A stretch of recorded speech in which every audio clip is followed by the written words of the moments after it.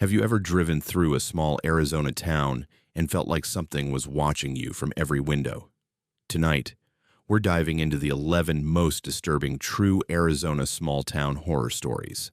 Forgotten desert towns, abandoned mining communities, and isolated highways where the heat plays tricks on your mind. Or does it? These stories come from night shift workers, solo travelers, and people who stumbled into places they were never supposed to find. What they experienced will make you think twice before taking that shortcut through the back roads. Before we begin, locations and names have been changed for privacy. Drop your country and current time in the comments. Let's see where our Haunted Fears horror family is watching from tonight. If you survive all 11 stories, hit subscribe and turn on notifications because we're just getting started. Let's begin. My name is Royalty, and I can tell you exactly when the Desert Rose Motel decided I was worth noticing. It was 2:47 in the morning, on a night so empty that even the highway seemed to forget this place existed. When I took the graveyard shift at the Desert Rose, it wasn't because I had some lifelong dream of working at a dying motel off a forgotten exit. I just needed a job where nobody cared who I was, where the questions started and ended with a credit card and a signature. The Desert Rose sat alone on a long stretch of highway near Gila Bend, surrounded by flat desert and low scrub that turned black by midnight. The neon sign out front buzzed like an insect on life support, the word motel flickering so badly that half the time it looked like random letters fighting each other in the dark. On my first night, the manager gave me the sort of tour that tells you everything and nothing at the same time. There was the lobby with its mismatched furniture and fake plants gathering dust, the narrow hallway leading to the rooms, the ice machine that sounded like it was dying a loud, slow death. Behind the front desk, a wall of brass hooks held keys with little plastic tags, even though half the doors now had card readers no one trusted. Above them, a corkboard held old Polaroids of smiling employees from the 80s and 90s, and a few pictures of the motel when the sign still burned bright and whole. The manager slid a worn logbook across the counter toward me. "We do things on paper, Royalty," they said. "Owners think computers lie. If it happens, you write it down. Check-ins, complaints, weird noises, everything." I flipped the book open. Years of names, license plates, room numbers, and small notes marched down the pages in several different handwritings. Some pages were crammed with entries, others almost empty. One thing stuck out to me right away. Every room number from 1 to 20 appeared at least once, except 12. "Is there no room 12?" I asked, scanning the page again to be sure. "There used to be," the manager said. Their voice went lighter, like they were trying very hard to sound casual. "Now it's storage. If anyone asks, just say it's out of order. Don't assign it. Don't worry about it." They showed me the cameras, the register, the ancient computer, the back office with the broken chair, and the coffee maker that produced something brown that only pretended to be coffee. Before leaving, they paused at the door, keys jangling in their hand. "Most nights are dead quiet," they said. "You'll get the occasional trucker, a lost family, maybe some couple who doesn't want to be seen. The long-term guests mostly keep to themselves. You answer the phones, hand out towels, try not to fall asleep. That's pretty much it." "Any rules I should know?" I asked. The manager's gaze slipped for a second, just enough for me to notice. "Yeah," they said. "Don't bother the long-term rooms unless there's blood or fire." They tried to turn it into a joke with a weak smile, but didn't wait to see if I laughed. Then they were gone, taillights shrinking into the desert. For the first few hours, it really was as boring as promised. The highway hummed in the distance, the air conditioner in the lobby rattled in an offbeat rhythm, and the soda machine buzzed in the corner. 2 guests checked in, a man too tired to remember his own license plate, and a woman who refused to make eye contact. They took their keys, accepted their rooms, and vanished into the beige corridor like they were being swallowed whole. By 2:30 a.m., nothing moved. The parking lot outside held 3 vehicles. The neon sign stuttered and flickered beyond the thin curtains, bleeding sickly pink into the lobby. I leaned on the counter, tracing the grain of the wood with my finger, and let my eyes drift down to the open logbook.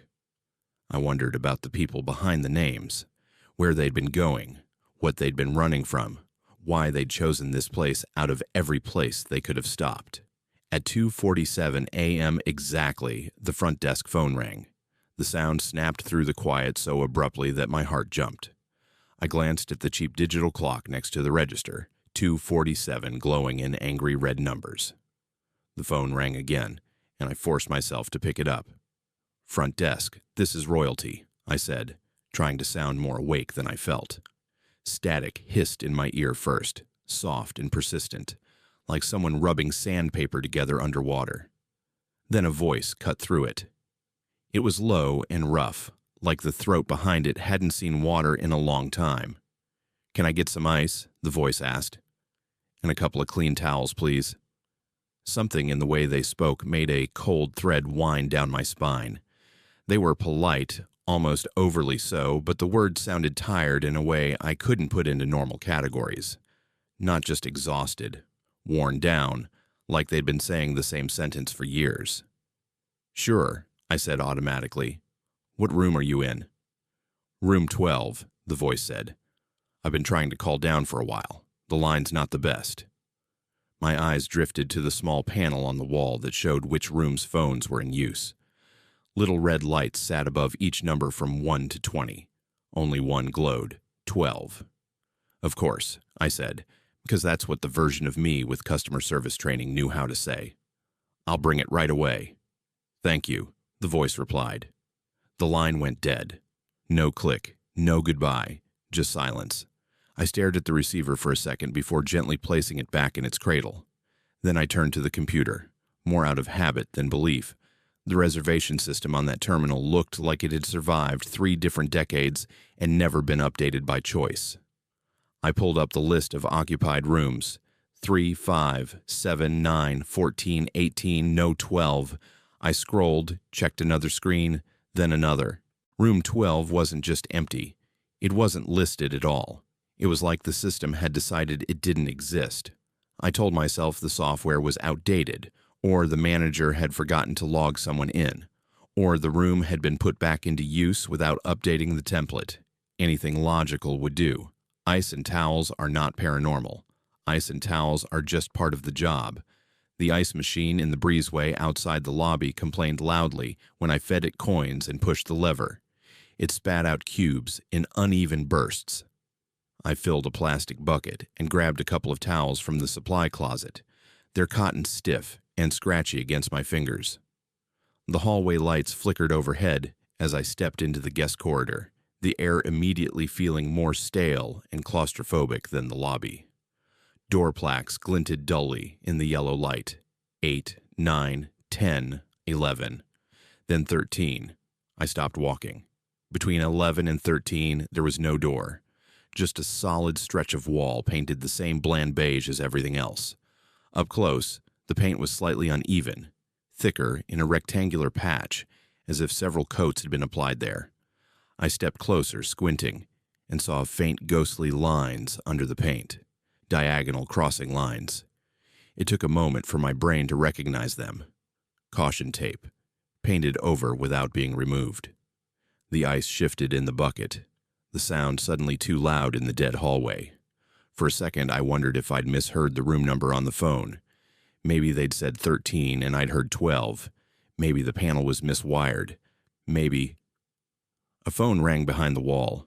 It was muffled, like the sound had to fight its way through plaster and old wood. But I knew that ring. The same metallic jangle as the lobby phone, with a specific pitch that marked it as an older model. It rang once, twice, 3 times. Then silence. The panel back at the desk hadn't lit up again. This call was only here, in this hallway, inside a space that officially didn't exist. I stood frozen for a few seconds. Every instinct in me split between running and pressing my ear to that painted-over rectangle. In the end, I did neither. I backed away, ice bucket knocking against my leg, and I did what human beings are best at when confronted with something they can't process. I decided not to think about it. The towels went back on the shelf. The ice went back into the machine. I didn't write anything about it in the logbook. The night finished in a blur of old movies on low volume and the occasional crackle from the radio. And when the manager came in just after dawn, I handed over the keys and said nothing. The second night, I watched the clock. I told myself I wasn't watching it, that I was just glancing at it occasionally, because the night was slow and there was nothing better to do. But as it crept past 2:30, 2:35, 2:40, my eyes kept returning to those red digits. Outside, the wind pushed loose sand against the building in faint, gritty waves. The neon sign buzzed and flickered. The parking lot was almost empty. At 2:47, the phone rang. "Front desk, this is Royalty," I said, my voice only a little unsteady this time. "You never brought the towels," the same voice said. No static now. The line was clearer, as if it had inched closer. And the ice. Everything's still wet. It's still damp in here. I looked at the panel. Again, only the light above 12 was on. "I'm sorry," I said. It popped out without thought. "We've been having some issues with the room." A dry, humorless noise came through the line. It might have been a laugh if you stretched the definition. "Issues," the voice repeated. "You mean the door? You mean the wall? You think I can't tell when people are pretending I'm not here?" My grip tightened on the receiver. "Who are you?" I asked. "Just a guest," the voice said. "I checked in. I never checked out. Isn't that how it works around here?" I swallowed hard. The logbook lay open in front of me, pages fluttering slightly in a breeze I didn't feel on my skin. My eyes fell on the old preserved newspaper clipping under the glass, the one with the warped print. I could make out a few more details that I'd missed before. Freak storm, flash flood, trapped in their room, and one clear line. Authorities confirm 3 fatalities. "Look," I said, the word coming out more sharply than I intended. "There is no room 12, not anymore. It's sealed." "That's what they tell you," the voice replied. "That's what they write down for the owners and the inspectors and the phone company. But the room is still here. The water is still here. I am still here." As if on cue, a faint damp smell slid into the air. Mildew and soaked carpet. Horribly out of place in the bone-dry desert. I stared at the ceiling. There were no water stains, no drips. Yet the scent clung to the back of my throat. "You can't just pretend a person never stayed here because it's inconvenient," the voice said. "You write everyone else in that book. Why not me?" Before I could answer, the line went dead. The third night, I cracked and asked the manager about it. We were standing out front at sunset, the sky bruising purple over the flat horizon. Heat still rolled off the asphalt in waves, but the air had started to cool in that sudden way desert nights always seemed to manage. The neon sign flicked on with a buzz. I watched it for a second, then turned to the manager. "What happened in room 12?" I asked. They didn't blink, didn't flinch, but something in their shoulders tightened. "It's sealed," they said. "Has been for years. Nobody stays there." "That's not what I asked," I said quietly. "I've seen the wall. Somebody painted over caution tape, and the phone light on the panel still works, and I've been getting calls every night at 2:47 from 12. They let out a weary breath, rubbing the bridge of their nose. "You know how many people we've had come through here on nights who quit after a week?" they asked. "Some because they got bored, some because the isolation got to them, and some because of that room." "I'm not talking about stories," I said. "I'm talking about the phone, the voice, asking for towels and ice, saying everything's still wet." The manager's eyes slid toward the building, then back to me. "There was a storm," they said finally. "Before my time. Flash flooding. The road washed out. Some guests got stuck here, couldn't leave. The water came through the door of 12 like a battering ram. By the time anyone could get in..." They trailed off and shrugged. "They closed the case, called it an accident. The owners tried to clean it up, patch the room, put it back into rotation. And, I prompted. And the phone kept ringing, they said. At night. At the same time. People in nearby rooms heard it. Guests complained. Staff started refusing to go down that hall after dark. We had the phone company out. They swore there was no active line. Someone ripped the phone out of the wall in frustration. It didn't stop, so the owners did the only thing they're good at. Pretend, I suggested. Cover, the manager said. They sealed it, bricked over the doorframe and painted, told the inspectors it was storage, or structural issues, or whatever sounded official enough. Good for the books, bad for the people who still have to listen to it. Why didn't you tell me on my first night? I asked. The manager gave me a flat look. Would you have taken the job if I had? I didn't answer. We both knew the truth.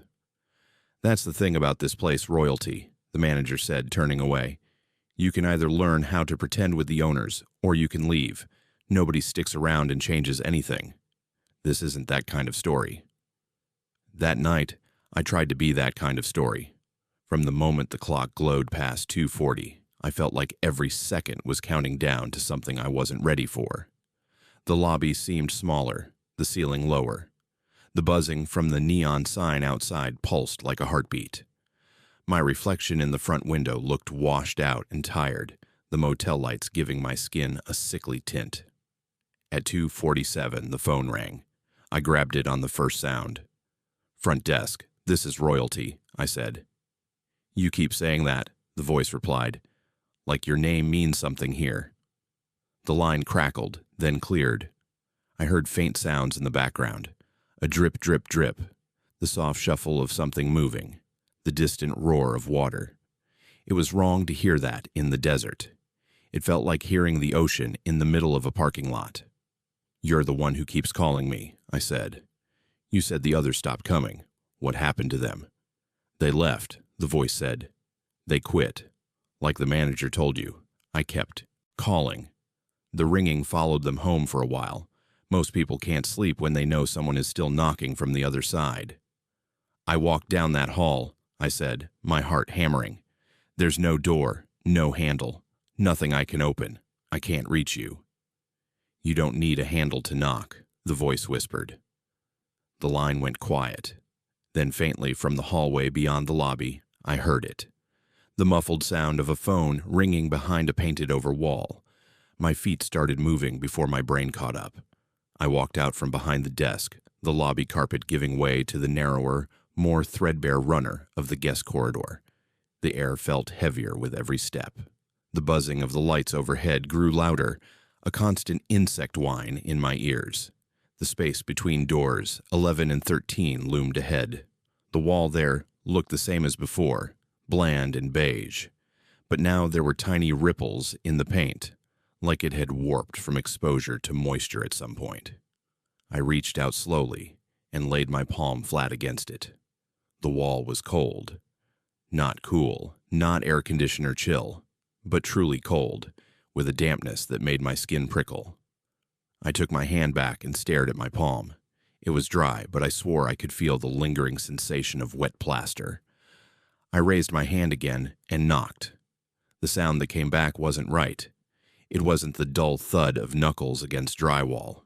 It sounded hollow, with a slosh underneath, like something wooden and waterlogged sat just behind the surface. The impact sent a faint vibration up my arm. On the other side, something shifted. A slow dragging noise scraped across what might have been a floor. Then footsteps, heavy and uneven, moved closer. They stopped directly in front of where I stood. We were separated by a few inches of material and a couple layers of paint. See? The voice murmured, not through the phone now, but through the wall itself. You can reach me just fine.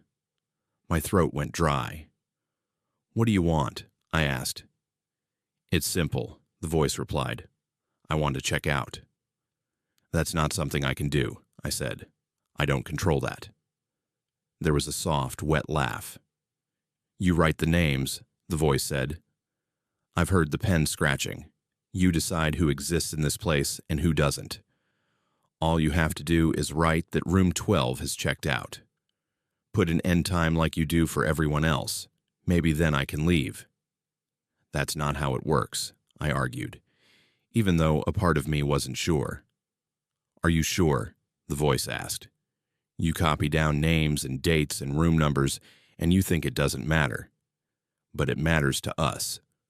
We're stuck where you left us." A droplet of water slid down the wall in front of me. I watched it track a crooked path through the paint, leaving a darker trail behind. When it reached the baseboard, it vanished, soaking into nothing, leaving no visible stain. I backed away, slowly. My legs felt shaky, my heart loud enough to echo inside my skull. I didn't run, but every step back toward the lobby felt like it took an effort I didn't really have. The logbook was waiting on the counter when I returned, lying open to a blank space on the current page. The last entry I'd written earlier that night was something mundane. "Guest in 5 requested extra blanket." The line below it was empty, like a blank waiting for a signature.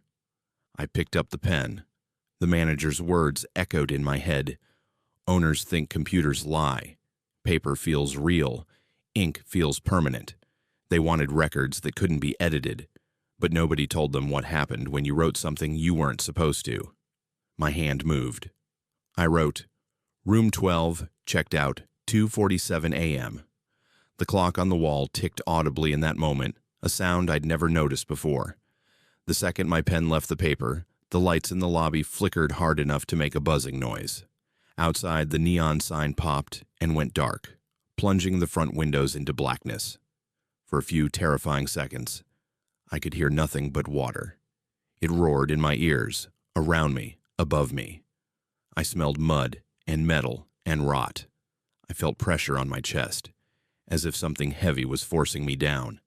I gasped and tasted silt, my lungs burning like I'd inhaled a river.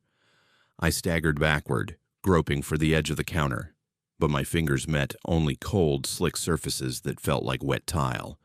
Then, just as suddenly, it was over. The light steadied. The neon sign outside sputtered back to life, half the letters returning in a feeble glow. The lobby floor was dry under my shoes. My clothes weren't damp. My lungs pulled in desert air, hot and harsh. The logbook lay exactly where I'd left it, except now my fresh entry sat there in ink. "Room 12, checked out, 2:47 a.m. I became aware of the silence. For the first time since I'd started working there, the silence felt different, less strained. The building no longer felt like it was holding its breath. The constant, almost imperceptible tension in my shoulders eased a fraction.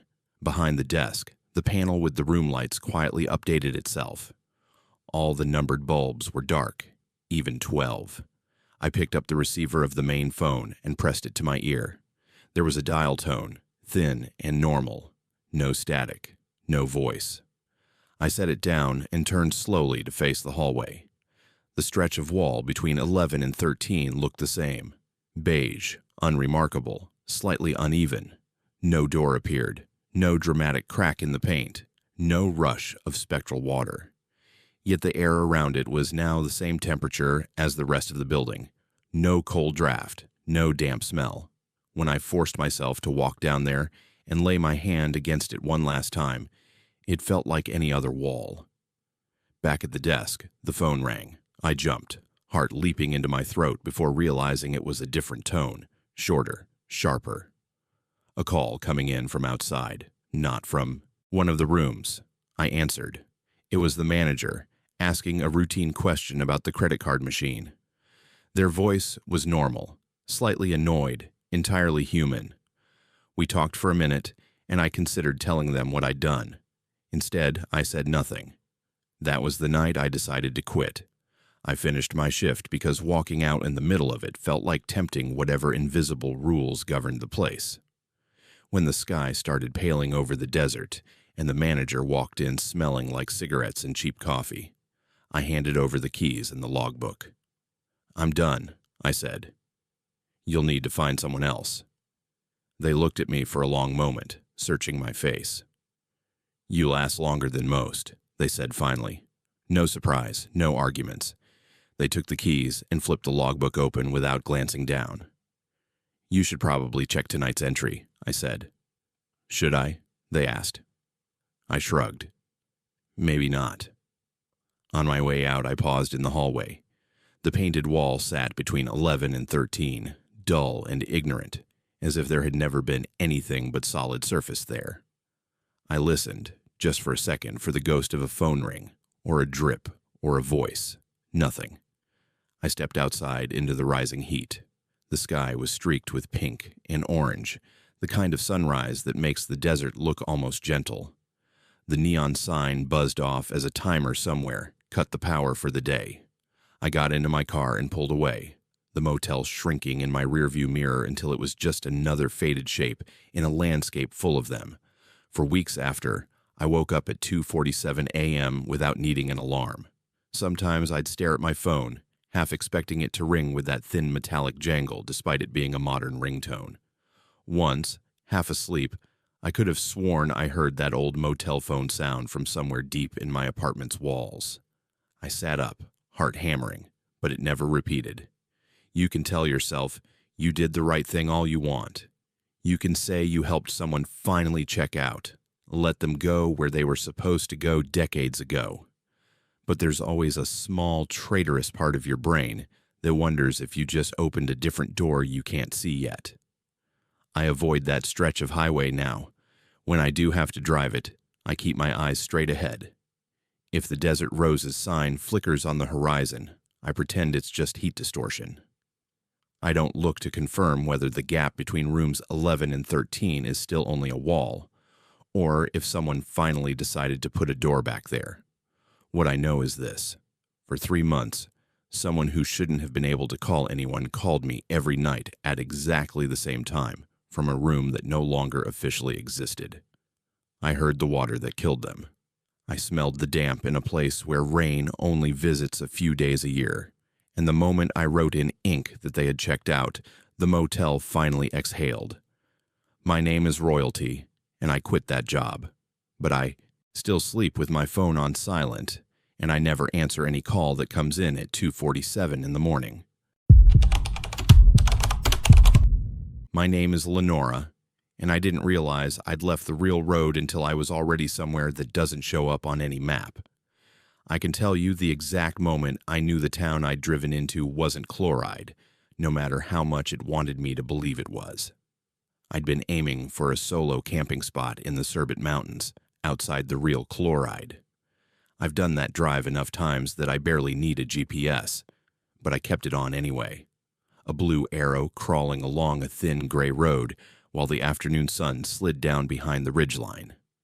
The plan was simple.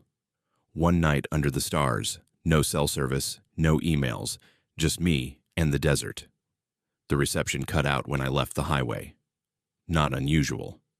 The GPS map froze, little triangle stuck mid-turn. I kept going, following the dirt track as it wound between low hills and scrub. When the screen finally blinked back to life, the arrow had jumped. The road ahead existed on glass, but not under my tires.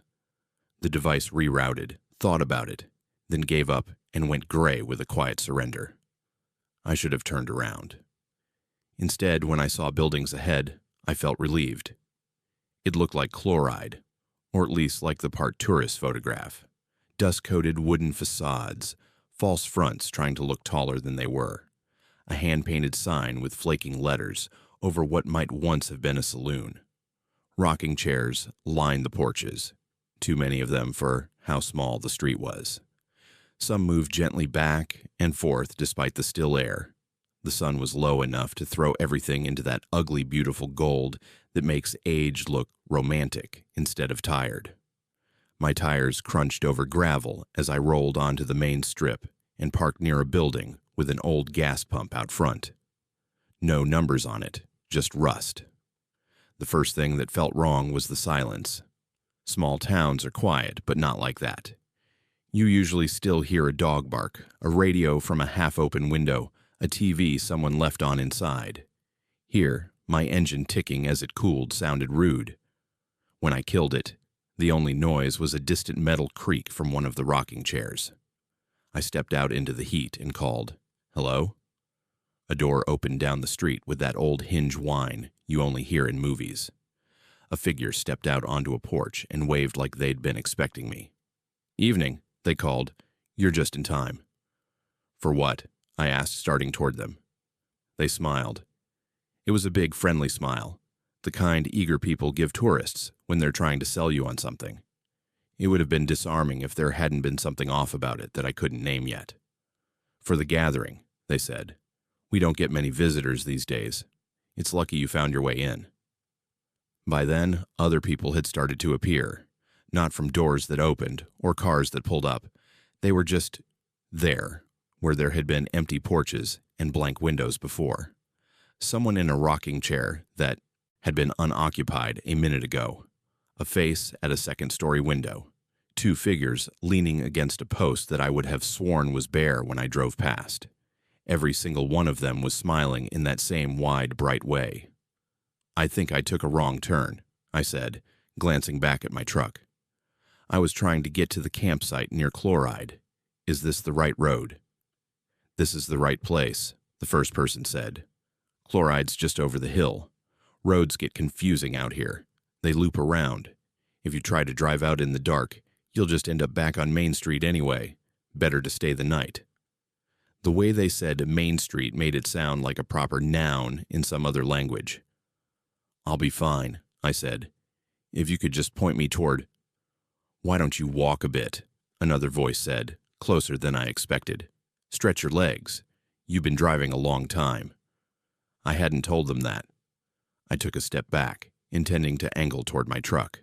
2 people shifted, not blocking me, exactly, but closing the space in a way that would make me rude if I pushed past. Their smiles never changed.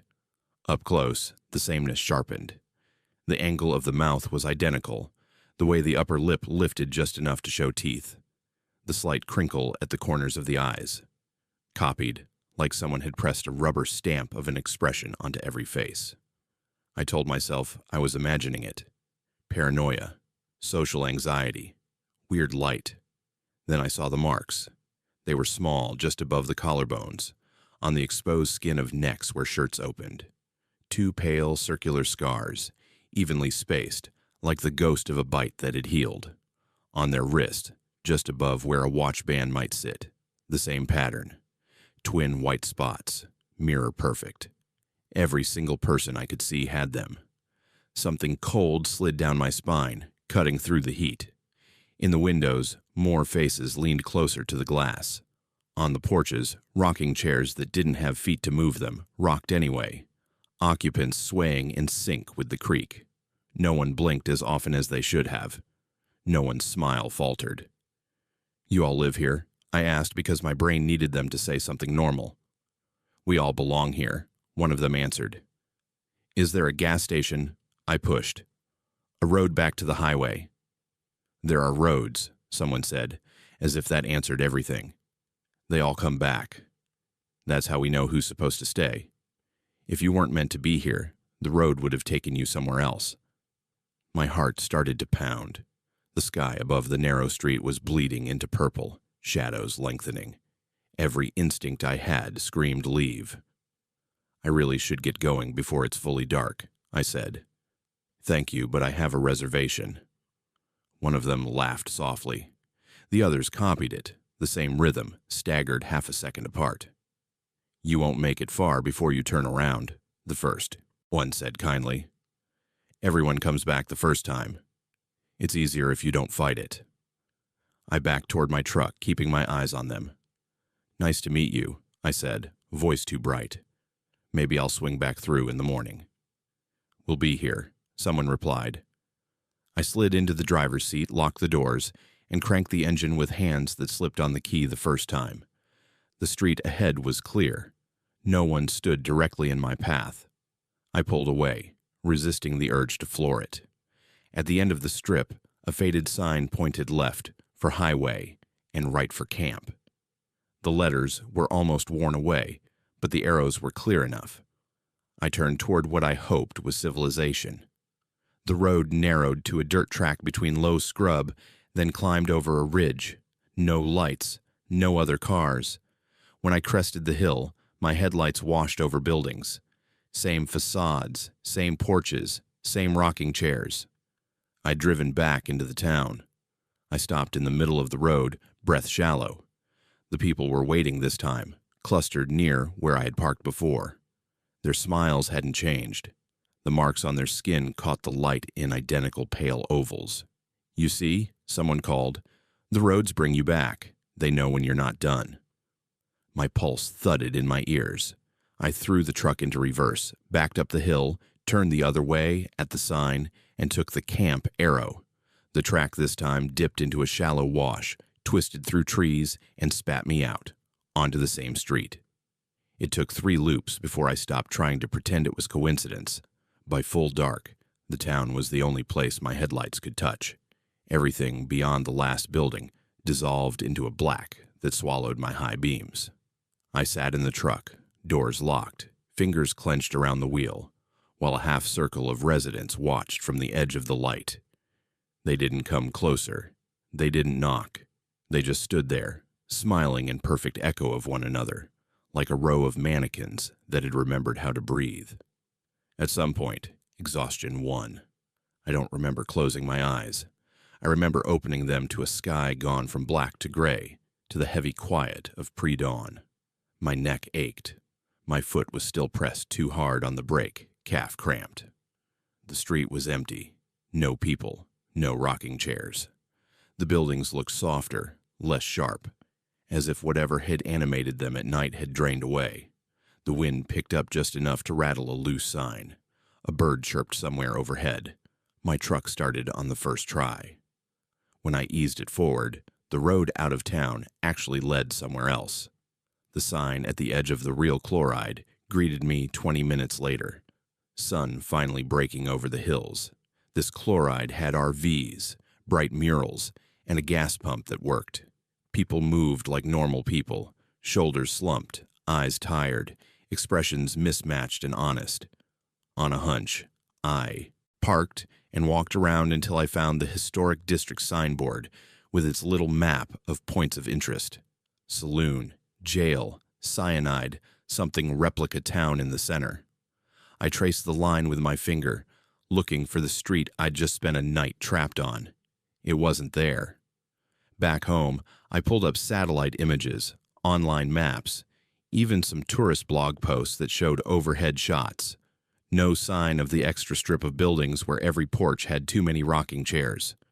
No record of a second main street branching off into nowhere.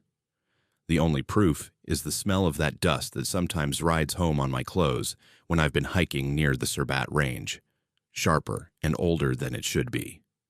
And the recurring nightmare in which I park just a little too far down an unmarked road, and when I roll in, everyone is already in their seats, smiling exactly the same way. My name is Lenora, and if your GPS dies in the northern Arizona mountains and a town appears that shouldn't be there, don't take it as a lucky break. Turn around while the road still lets you. My name is Tatum, and I've spent years listening to pipes that should be silent. In Aho's abandoned mining sector, those pipes started breathing back. The job sounded straightforward when I took it. County pipeline inspector for the southwest border region. Mostly solo work, driving unmarked roads to check irrigation lines, storm drains, and the occasional forgotten utility that hadn't carried a drop in decades. Aho was my patch, a faded copper town hugging the Sonoran Desert, where the new Cornelia open-pit mine had chewed up the land and spat out rust-orange tailings that stretched like scars under the relentless sun. The place peaked in the 1960s, churning out billions of pounds of copper, before Phelps Dodge shuttered everything in 1985. Now it was just heat, dust, and the ghosts of industry. I liked the isolation. No office politics, no team meetings. Just me, a toolkit, a tablet for logging data, and sensors that pinged for pressure changes or structural weaknesses. The equipment was reliable. Acoustic detectors to listen for leaks, thermal cams for hot spots, and a simple endoscope camera for peering into tight spaces. Out in the desert, the biggest threats were rattlesnakes and overheating trucks. Until Aho. It started on a Tuesday in late June. The air shimmered at 110 degrees, the kind of heat that turns your shadow into a warning. I was assigned to the old mining sector, a sprawl of derelict infrastructure west of town. The county wanted a routine survey of the water lines that once fed the leaching plants, pipes laid in the 1920s, dry since the mine closed, no active flow, no pressure, just a formality to check for erosion before monsoon season. The site was a graveyard of metal, towering headframes rusted to skeletons, conveyor belts sagging like veins, and vast piles of tailings that glowed coppery in the light. I parked at the edge of a dry wash and hauled my gear to the first access point, a manhole cover stamped with faded Phelps Dodge markings. The lid lifted with a groan, releasing a puff of stale metallic air. Below, the pipe stretched into darkness, its concrete walls flaking but intact. I dropped the acoustic sensor first. It's a microphone on a cable designed to amplify vibrations. In a live system, you hear the rush of water or the grind of sediment.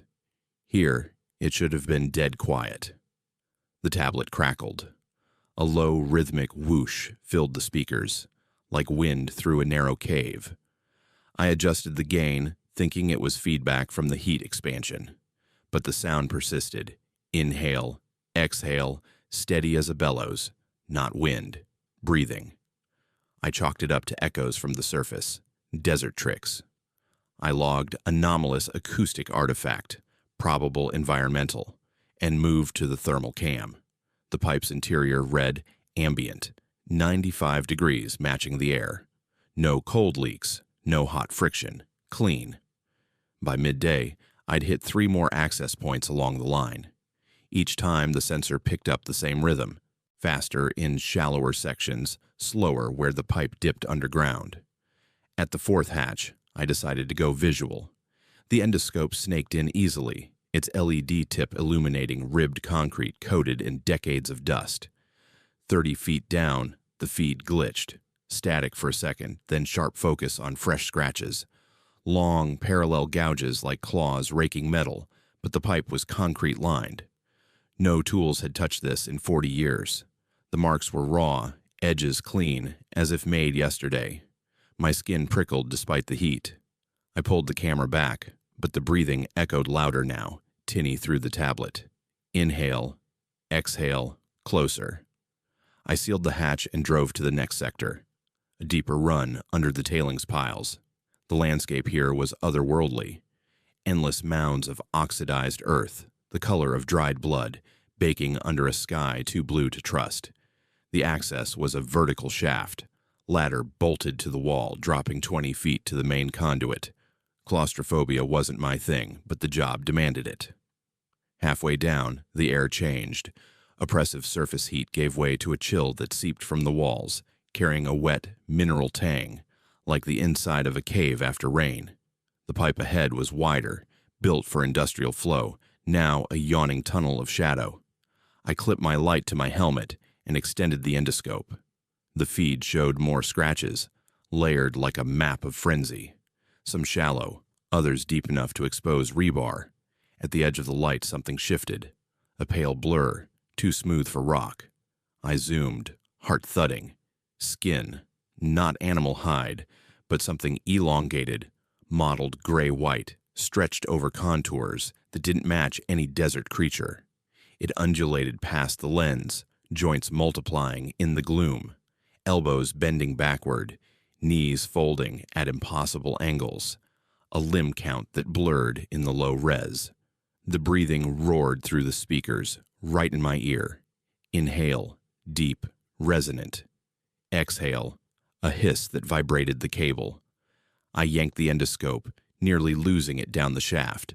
The light on my helmet caught movement above, dust sifting from the ladder rungs. The shaft walls groaned, a metallic scrape echoing from below, like nails on iron. Panic hit. I climbed, boots slipping on condensation that hadn't been there descending. At the top, I slammed the hatch, bolted it triple time, and ran for the truck. Equipment malfunction, I told myself. Heat delirium. But the tablet replayed it all.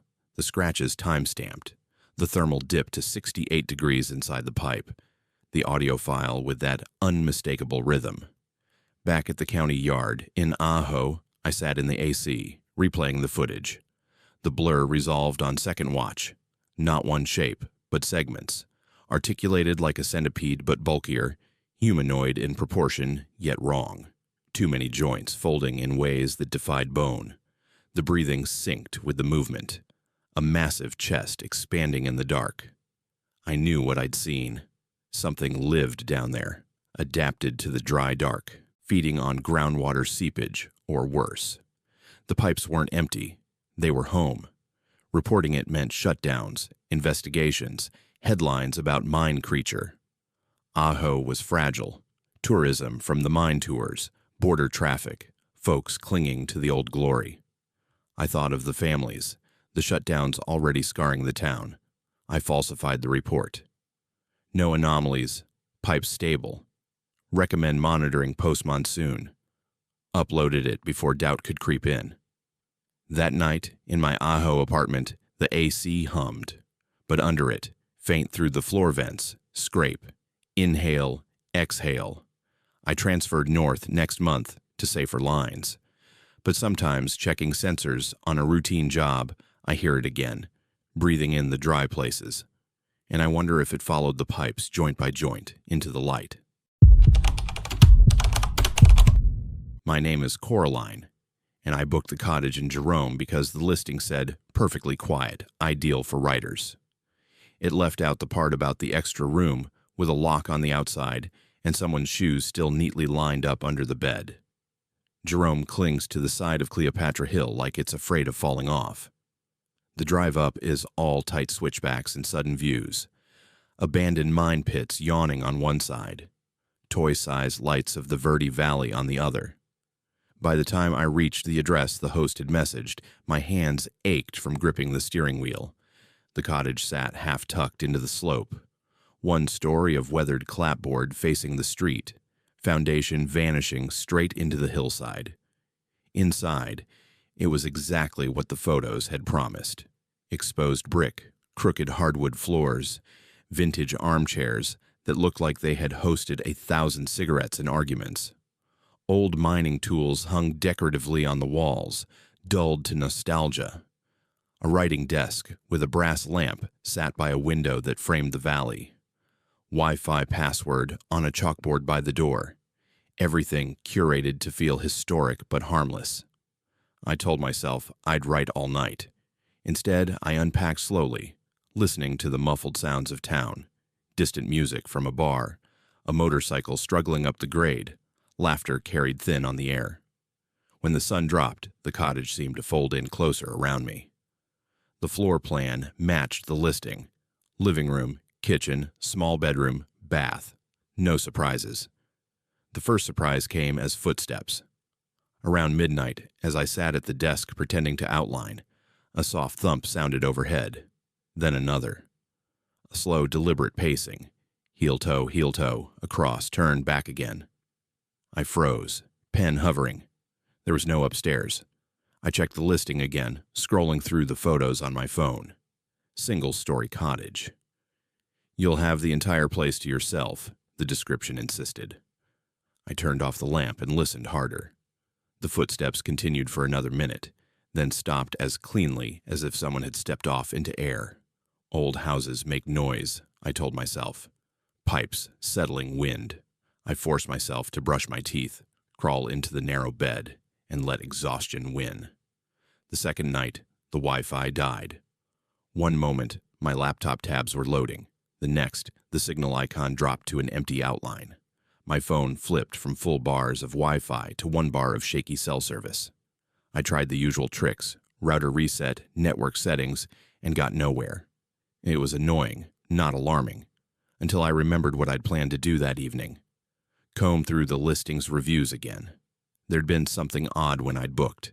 Several reviews that mentioned thin walls and weird noises, then vanished the next time I checked.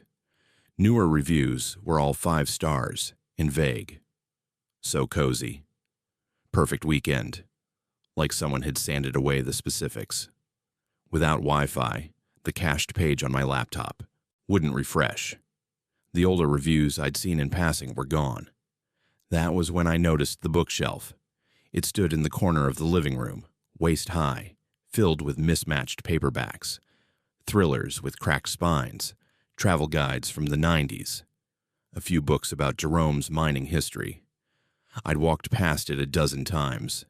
Now, in the silence left by the dead rooter, it drew my eye. One shelf sagged in the middle. The wood bowed more than the weight of books should manage.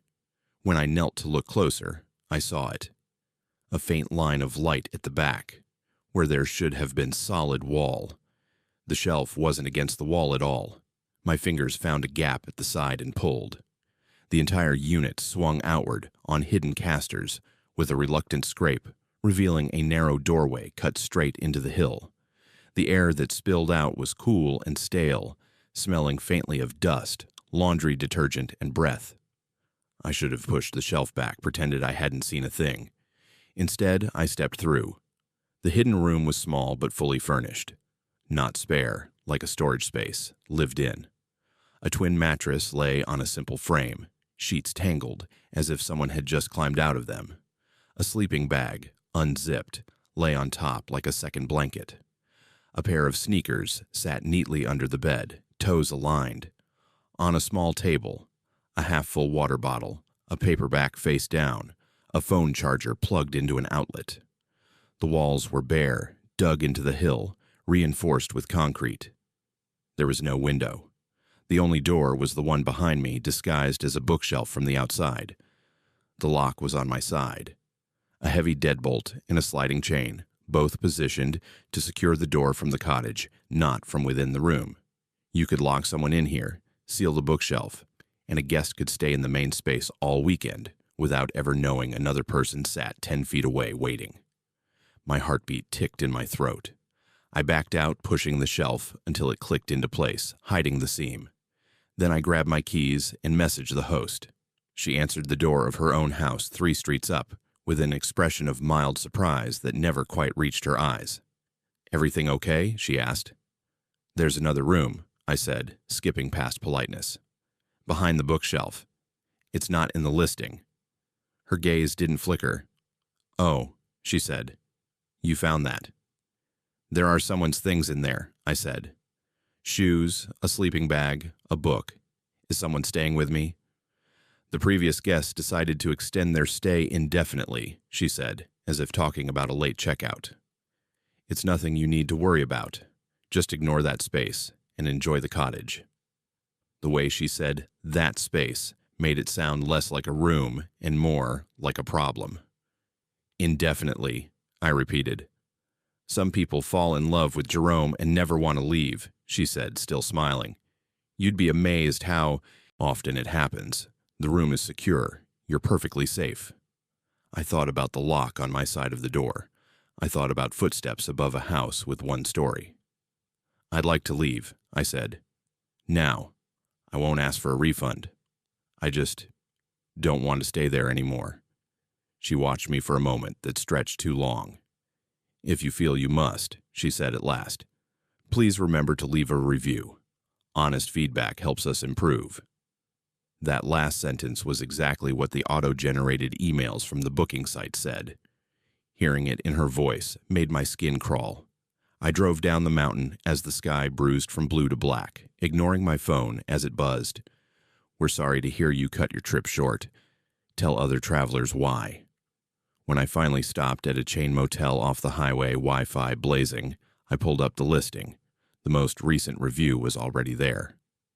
"Had to leave early," it read. "Heard strange noises, found a door that shouldn't be there. Host told me to ignore it. Do not stay if you're alone." By the time I refreshed, the review was gone. In its place, at the top, a new 5-star entry appeared. "Host was so kind and accommodating. Magical space. Can't wait to come back and extend my stay." No name, just guest. I closed the tab and never opened the app again, but every so often I get an email. Based on your previous stay in Jerome, here are some homes you might like. The thumbnail for that cottage always hovers near the top, all warm light and vintage charm, promising I'll have the entire place to myself. My name is Coraline, and if a rental's floor plan has more shadows than rooms, believe the empty space. Someone else might be living there, whether the listing admits it or not. My name is Jimmy, and the worst part of working 911 dispatch isn't the screaming. It's the calls that go too quiet. Nights in the Yavapai County Dispatch Center have a rhythm, even if you'd never call it peaceful. Screens glow in a dim room, lines blink, radios crackle with road noise and clipped voices. Some nights are all car accidents and domestic disputes, and the endless grinding normal emergencies that wear grooves into your brain. Other nights, there are gaps, stretches where the phone sits still, and the only sound is the hum of air conditioning and someone's pen tapping against a notepad. That night started like 100 others. High desert darkness settled over Skull Valley and the ranch land between Prescott and Wickenburg, turning all that open space into a black sea broken only by the occasional porch light. The map on my screen was a grid of emptiness with a few scattered clusters of address points. Calls trickled in, an elderly fall in Prescott, a suspicious vehicle near Chino, a fire alarm in a commercial park that turned out to be burnt popcorn. I was halfway through my thermos of lukewarm coffee when the line lit up from the Skull Valley sector. The caller ID flashed a number that hadn't dialed in before. That's not uncommon out there. Cell service is spotty, and landlines belong to houses spread miles apart. I clicked the headset on and took a breath that I hoped sounded steadier than I felt. 911, what's the address of your emergency? I asked, fingers hovering over the keyboard. There was a moment of dead air. Then a woman's voice came through, thin and high and too controlled. It's our ranch, she said, outside Skull Valley. My husband's missing. The way she said missing made something in my chest tighten. People use that word loosely. He's late, he's not answering his phone, he went to the store and never came back. This sounded different. Like missing wasn't big enough for whatever had happened. Okay, I said, keeping my tone calm. We'll help you. Can you tell me your address? She gave it, her voice shaking now. I entered it into the system, watching the pin drop onto the map west of town, out where cell coverage fades and the roads turn into thin gray lines. High desert, scattered trees, a barn icon from some old aerial layer. And your name? I asked. She told me. It went into the log without me speaking it aloud. Names are for the report. Right now, she needed a voice more than a label. Tell me what's happening, I said. When did you last see your husband? He went out to the barn after dinner, she said. Just to check on something. He does that sometimes. Walks the property if he can't sleep. He's never gone this long. How long has it been? An hour, maybe a little more. Her breath hitched. I called his cell, but it goes straight to voicemail. I checked the barn. His truck's still here. He's just gone. I glanced at the clock. Close to midnight. Dark, cold, and very quiet out there. Okay, I said. I'm going to stay on the line with you while deputies head your way. Are you alone on the property right now? Yes, she said. Everyone is. Everyone. The word scraped at me. Do you feel safe right now? I asked. Silence. Then, I don't know. I signaled the supervisor with a hand gesture we all know, the one that means, this one feels wrong. They moved closer, eyes flicking to my screen as I typed notes and sent the call through to dispatch units. Ma'am, go ahead and walk me through where you've looked so far, I said. Start from the house. I checked the bedroom, she said. The bathroom, the living room. I went outside and called his name. The porch light doesn't reach far, but I know the shape of the yard. He wasn't there. I went to the barn. I thought maybe he'd fallen or... I don't know. But he's not there either. His truck is. The door was open. Open barn doors on windy, empty land at night never feel like a good sign. Okay, I said. Do you have any animals on the property? Dogs, horses, cattle? 2 dogs, she said. They're inside. They didn't bark. They always bark if someone drives up. They didn't bark. Are they with you now? Yes. They're by the door. They won't go out. I wrote it down. Dogs refusing to go outside isn't an official box to check, but it meant something to me. Deputies are on the way, I said, watching the units update on the map. Distance in rural counties is a cruel thing, miles of nothing between help and the people who need it. In the meantime, if you feel okay doing it, I'd like you to stay on the line and walk me through a search you're comfortable with. You don't have to go anywhere you don't feel safe. I can go to the barn again, she said quietly. It's not far. I didn't want to be out there alone before. You're not alone now, I said, because in that moment, it was true in the only way that mattered. Stay on the line with me. Keep talking. If anything feels wrong, you go straight back to the house. Understood? Yes. I listened as she moved, the ambient sounds painting a picture I knew better than the inside of my own apartment. The creak of old floorboards, the squeak of a screen door, the crunch of dry ground under boots, the faint ring of wind chimes somewhere near the porch. Describe what you see as you go, I said, partly for the record, partly to keep her anchored. The yard, she said. The big mesquite tree. The gravel drive. The barn's ahead. The lights are off. They were off before, too. Her breathing got faster. I heard the slight echo as she stepped into the barn. Okay, I said. What about now? It's dark, she said. I've got my flashlight. The truck is here. His hat is on the workbench. He's not in the stall. He's not... She stopped. My fingers hovered over the keys. What do you see? I asked. Her voice had gone thin. He's here. He's standing in the corner. A rush of relief and dread hit me at the same time. Found is good. The way she said standing was not. Okay, I said carefully. Is he hurt? Is there any blood? Is he responding to you? He's just standing there, she whispered. Facing the wall. He's not moving. My supervisor's hand landed lightly on the back of my chair. I raised the volume in my headset a notch. Can you call his name? I asked. There was a pause. Then faintly, I heard her do it. No movement. No response. He's breathing, she said. I think he's breathing, but he's not. He's not here. He's just facing the boards. Don't touch him yet, I said. I want you to stay a few steps back. Tell me exactly what he's doing. He's just standing there, she said again. Like he's waiting for something. Like he's listening to something I can't hear. The hair on my arm stood up. Okay, I said. I'm going to keep you talking. Deputies are still a few minutes out. Are there any weapons visible? Any tools in his hands? No, she said. His hands are at his sides. They're just hanging there. Jimmy, he won't turn around. She used my name without realizing it. That happens sometimes, when callers latch onto the only stable thing in the moment. Has he ever done anything like this before? I asked. Sleepwalking, seizures, anything medical? No, she said. He's healthy. He's never... She broke off. I heard something in the background. Faint, like the barn had exhaled. A subtle shift in the air.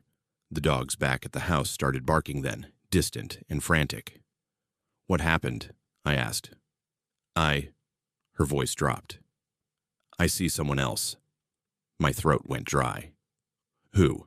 I asked. Is there someone in the barn with you? Not in here, she whispered. Outside, through the slats. The barn in my mind's eye had gaps between the boards high up, slivers of outside visible if you were looking. I pictured her standing there with the phone pressed to her ear, flashlight beam catching dust. Describe what you're seeing, I said. Stay where you are. Don't go toward them. There's someone standing by the fence, she said, facing away. They're not moving. There's another by the water tank, and another by the gate. They're all facing the same direction. Her breathing hitched. My fingers flew over the keyboard. updating the call notes in big, insistent letters. Multiple subjects on property, standing motionless, facing same direction. "Okay," I said carefully. "Can you see their faces?" "No," she said. "They're turned away. Their backs. They look like my neighbor. And someone else. I don't know them. They're just standing there." The dog's barking escalated into something like panic. "Go back to the house," I said. "Calm is important in our job, but there's a tone your voice takes on when you stop pretending everything is okay." I heard it in my own. "Right now, keep the line open. Get inside, lock the door. Deputies are almost there." "What about him?" she asked. "He's still in the corner. He hasn't moved." "You can't help him right now," I said, choosing the words like I was walking on glass.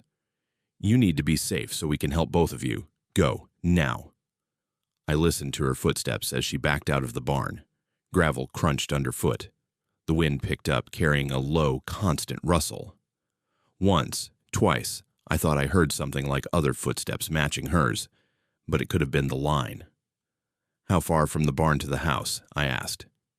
50 yards, she said. "Maybe less." "Okay. Keep going. Don't stop. If anyone speaks to you, you tell me exactly what they say." She didn't answer. The only sound was her breathing and the rapid thud of feet on hard ground. "Halfway," she said. My eyes flicked to the map. The nearest unit's dot inched closer, still too far for my liking. "The people at the fence," she said suddenly. "They're moving." My stomach clenched. "Toward you?" I asked.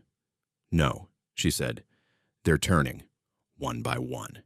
They're all turning the same way." "Toward what?" I asked. "I don't know," she said. "They're all facing east, I think. No, a little north of east. They're not looking at me. They're looking past everything." Skull Valley ranches sit in a bowl of hills and open land. Past everything, out there is just miles of desert. "You're almost to the house," I said.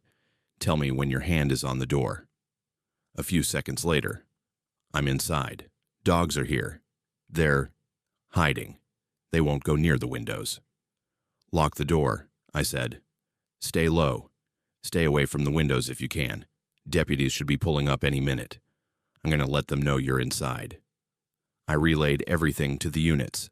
House secure, multiple individuals on property, at least one unresponsive male in barn, unknown others outside standing in formation. The channel crackled with acknowledgments and the kind of professional focus that only comes when the situation shifts from weird to potentially dangerous. Back on the line, I heard it happen. "They're closer," she whispered. "Where?" I asked. "Can you see them from where you are?" "I see someone in the yard," she said. "By the porch. They're standing at the edge of the light, facing the same direction as the others. Not looking at the house, just there." The dogs whined, claws scrabbling on the floor as if trying to dig through it. "How many can you see now?" I asked. She moved, the sound of her shifting telling me she was crouched, peeking around something. "More," she said. "There's more in the drive. Some on the road. They're all lined up, facing the same way. Not moving." Her voice cracked on the last word. "Deputies are almost on scene," I said. "You're doing great. Stay where you are. Keep describing what you see if you can." "It's like they're waiting," she said. "Like they're all listening to something, the way he was in the barn, facing the wall." There was a beat of silence. Then she said very softly, "There's one at the window." My chest went tight. "Which window?" I asked. "Living room," she said. "Far side. He's not looking in. He's standing right next to the glass, but his face is turned away. Like he can't see me. Like I'm not part of whatever this is." Across the room, one of the other dispatchers caught my eye. I mouthed Skull Valley, and they grimaced. "Are any of them speaking? Making noise?" I asked. "No," she said. It's so quiet. Even the crickets stopped. It feels like before a storm, but there's no weather, just waiting." Far away, the radio crackled. "Dispatch. Unit on scene. a deputy's voice said. Pulling up to the property now. Copy. Unit on scene at address, I replied, voice steady by pure habit. Be advised, caller reports multiple individuals standing motionless on property in a long road, all facing same direction. Unresponsive male in barn. Caller is inside residence with dogs, door locked. Copy, the deputy said. We see some folks out here. Stand by. There was a pause on the radio that lasted just a fraction too long.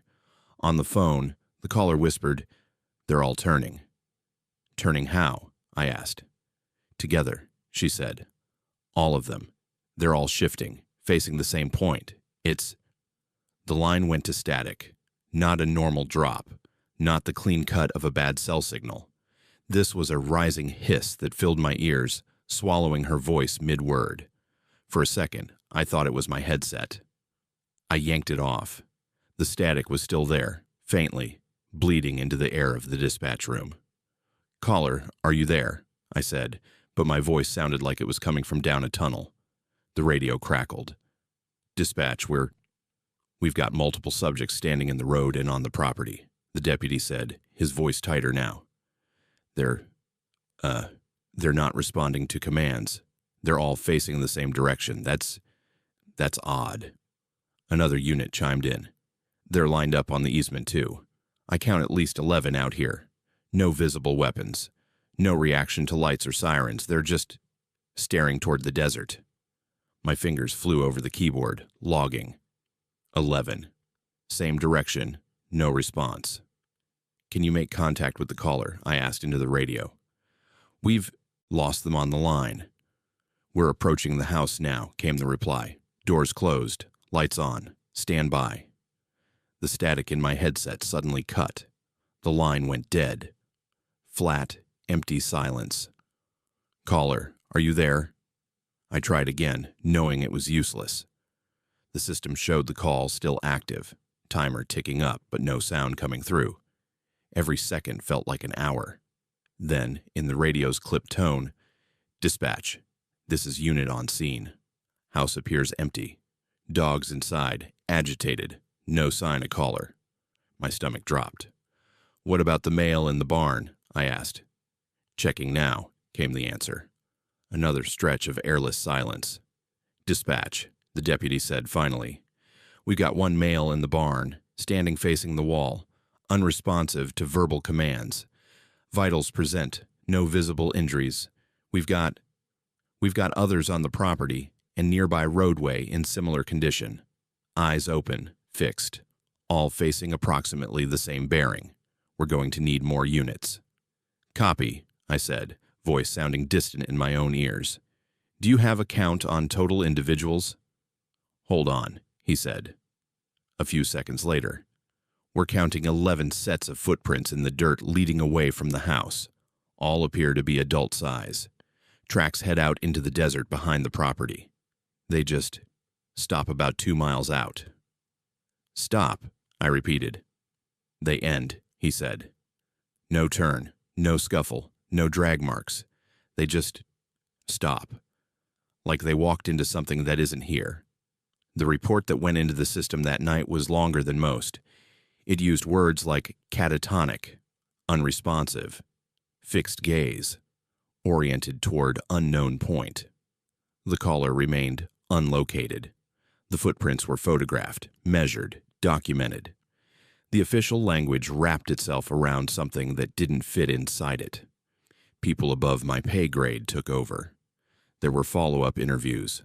The deputies who'd been on scene had to repeat their observations in sterile rooms. The story never made big news.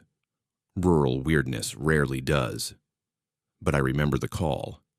I remember the way her voice thinned when she said he was standing in the corner. The way everyone slipped out of her mouth. The way the dogs refused to go outside. The way the static rose just as she said they were all turning. Sometimes I wonder what they were facing. Whatever it wasn't on any of our maps. After that night, I started hearing Skull Valley differently on the radio. Every routine traffic stop or welfare checkout there carried an echo. The name sounded heavier, like the valley had earned it. My name is Jimmy, and I learned that silence on the line can be worse than screams. When someone in a place as empty as Skull Valley tells you they don't know if they're alone on their own land anymore, believe them. My name is Arian, and I used to think the worst thing a delivery address could be was hard to find. That was before I spent 3 weeks dropping heavy, unmarked boxes at a dirt lot that doesn't exist on any map, and realized the deliveries had started paying more attention to me than I did to them. Most people think overnight freight drivers have stories about wrecks or weird customers, and they're not wrong. But most nights blur together into a loop of sodium yellow lights, gas station coffee, and GPS instructions. You load, you drive, you unload. You let the dark outside become something abstract, a moving backdrop you don't really see. That's how I liked it. Anonymous, transactional. No one remembering my face at 3 in the morning when I handed over a package and drove away. The address showed up on a Tuesday. I was in the freight hub on the outskirts of Tucson, watching pallets move around under forklifts and trying not to think about how little sleep I'd had. The night supervisor handed me my route sheet, a zigzag of stops stretching out toward Marana and a few rural points beyond. It looked normal. Some warehouses, a convenience store, a ranch supply place.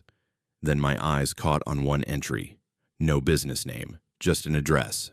The line under special instructions was blank. The time window was flagged as 3:15 a.m. Priority. "What's this one?" I asked, tapping the line. Supervisor shrugged. "New account, I guess. Out past Marana. Just drop and go if no one's there. They paid extra for guaranteed overnight." It happens.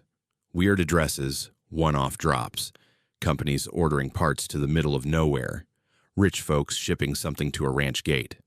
I loaded the box, heavy, no label except the barcode and the address, and didn't think much of it. The night settled into its rhythm. Highway out of Tucson, lights thinning, then giving way to true dark. The engines hum, the rattle of cargo, the same radio station fading to static and back again. I worked through my stops one by one until the only thing left in the back was that unmarked box. The GPS led me off the main road onto a smaller one, then onto a narrow, cracked strip of asphalt that felt like it hadn't seen maintenance in a decade. Desert on both sides dotted with scrub, fences here and there. A few isolated porch lights glowed in the distance.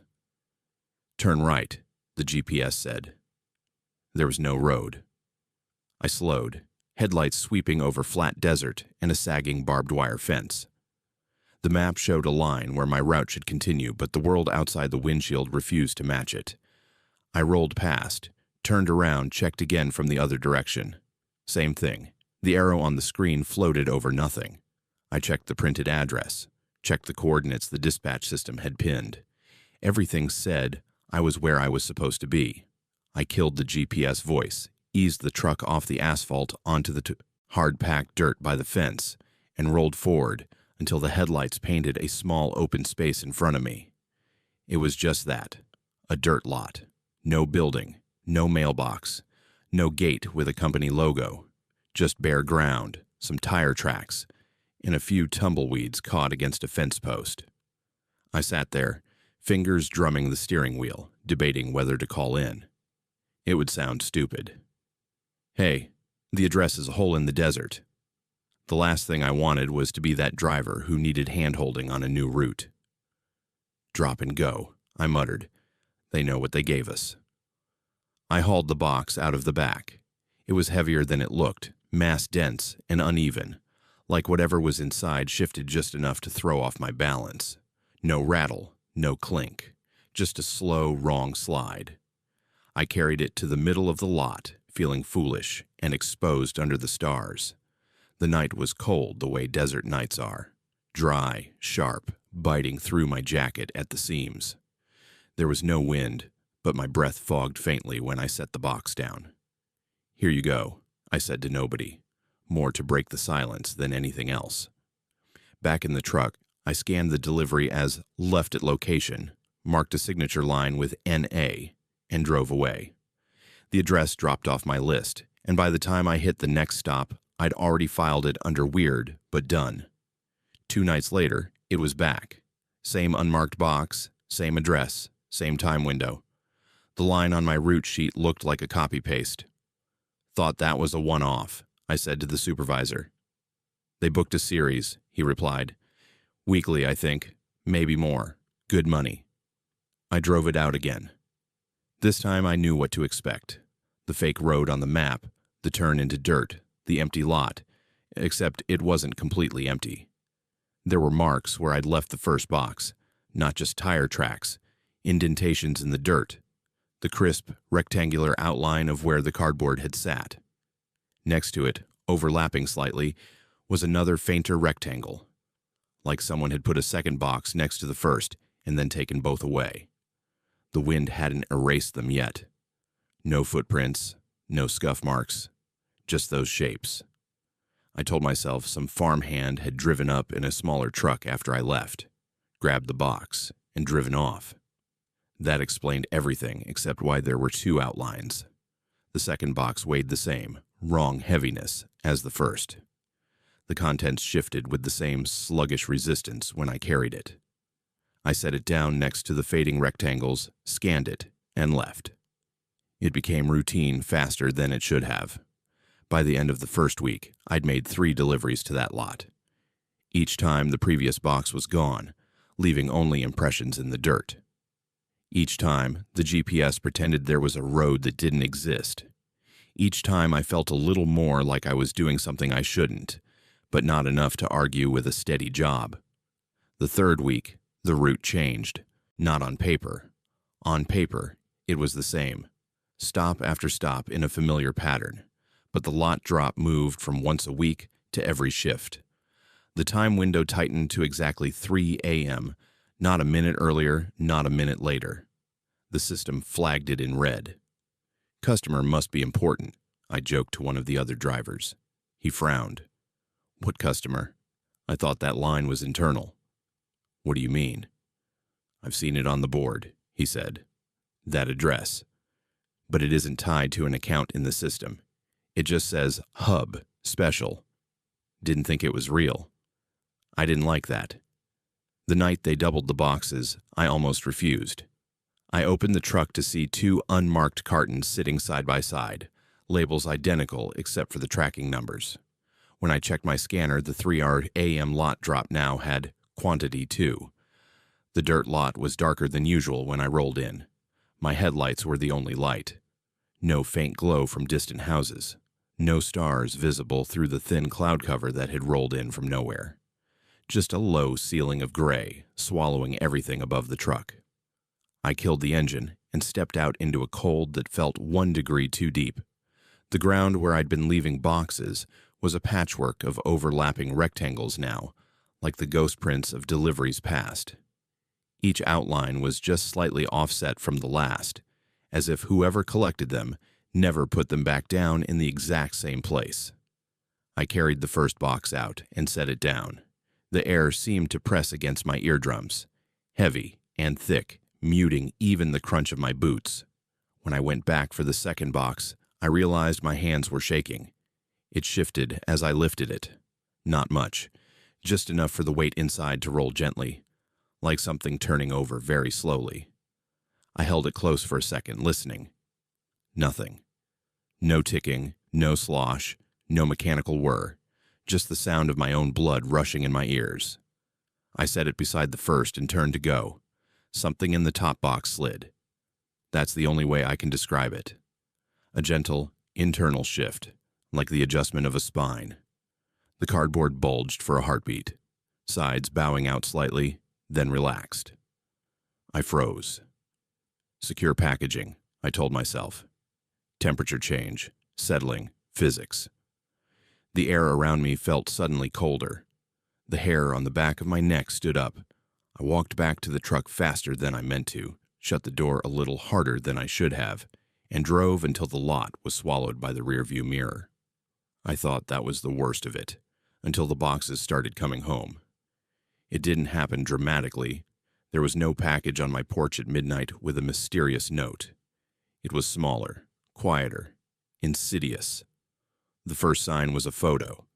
I was dead tired, sitting on my couch in my tiny apartment in Marana, half asleep with the TV on some show I wasn't really watching. I pulled out my phone, thumbed through notifications, and found a message from an unknown number. No text, just an image attachment. Curiosity beats judgment when you're exhausted. I opened it. The photo was grainy, like it had been taken from a distance in low light. It showed the loading area at the freight hub. I recognized the bay, the painted lines on the concrete, the side of my truck. In the photo, I was standing next to it, holding my scanner and talking to the supervisor. The angle was wrong. It wasn't from a security camera. The perspective came from low to the ground, near the base of the dock looking up. Too low for a person holding a phone. No timestamp, no watermark. Just me, framed in a way I'd never seen myself before. I stared at it, a cold hollow opening in my chest. Spam. A prank. Some coworker testing a new app. I checked the number. No name, no contact info, area code I didn't recognize. My thumbs hovered over the screen, composing and deleting replies before I finally typed, "Who is this?" No answer. I deleted the photo, told myself it was nothing. 2 nights later, another image came. This time, it was my apartment building, my unit specifically. The photo had been taken from across the parking lot, angle slightly tilted, capturing my lit windows and the shadow of my plant on the sill. My truck was visible too, parked where I always left it. The same low, off-angle perspective. The same grainy texture. The number was the same. No response when I called. Straight to a dead air ring that never picked up, never went to voicemail. I didn't sleep well. The third photo took away the last excuse. It was of me, in bed. The shot was dark, but my outline was clear. On my side, curled slightly, blankets twisted around my legs. The clock on the nightstand glowed 3:02 a.m. The camera angle was from floor level, near the foot of the bed, looking up, exactly where there was nothing in my room but carpet. I sat up so fast I got lightheaded. My heart hammered in my throat. I scanned the room with my eyes, then with my phone flashlight, then with my hands on every piece of furniture, every corner. No camera, no device, no wires, just my stuff. I went outside, checked the windows. Locked, blinds closed. No sign of forced anything. When I came back in, my phone buzzed. Another photo had arrived while I was on the porch. This one showed the empty hallway outside my front door, carpet pattern, familiar. Light from the emergency exit glowing red at the end. The perspective was low again, near the floor, as if the camera had been placed on the ground. A shadow at the edge of the frame suggested someone, or something, just out of view. My stomach lurched. I called the number again. Same non-ring. I blocked it. I deleted the thread. Then I sat on the floor with my back against the door, breathing shallow, listening for sounds in the hall. The next night at the hub, I asked about cameras. "Do we have any new security system?" I said, trying to sound casual. "Like weird angles? Low shots?" Supervisor frowned. "Nope. Same as always." "Why?" "Just curious," I lied. That night's route sheet had the lot address on it again. The box felt heavier than usual when I loaded it. Or maybe I was just more aware of the weight. It shifted in my arms with that same slow, wrong roll. I drove to the dirt lot, every mile feeling like it pulled a thread tighter between that place and my life. When I stepped out, the air was still. The sky was clear again. The outlines of past deliveries overlapped like scars. I set the box down and didn't step away right away this time. I crouched beside it. For a moment, nothing happened. Just my own breathing, the tick of the cooling engine. Then the cardboard flexed. Not a dramatic bulge, just a tiny, almost imperceptible outward push, like something inside adjusting to a more comfortable position. "Who are you delivering for?" I asked before I could think better of it. The box didn't answer. Of course it didn't. It was cardboard. A thing. But for one heartbeat, I heard something I couldn't easily explain. The faintest click, like a camera shutter. I scanned the lot with my flashlight, the beam catching dust and scrub and the sagging fence.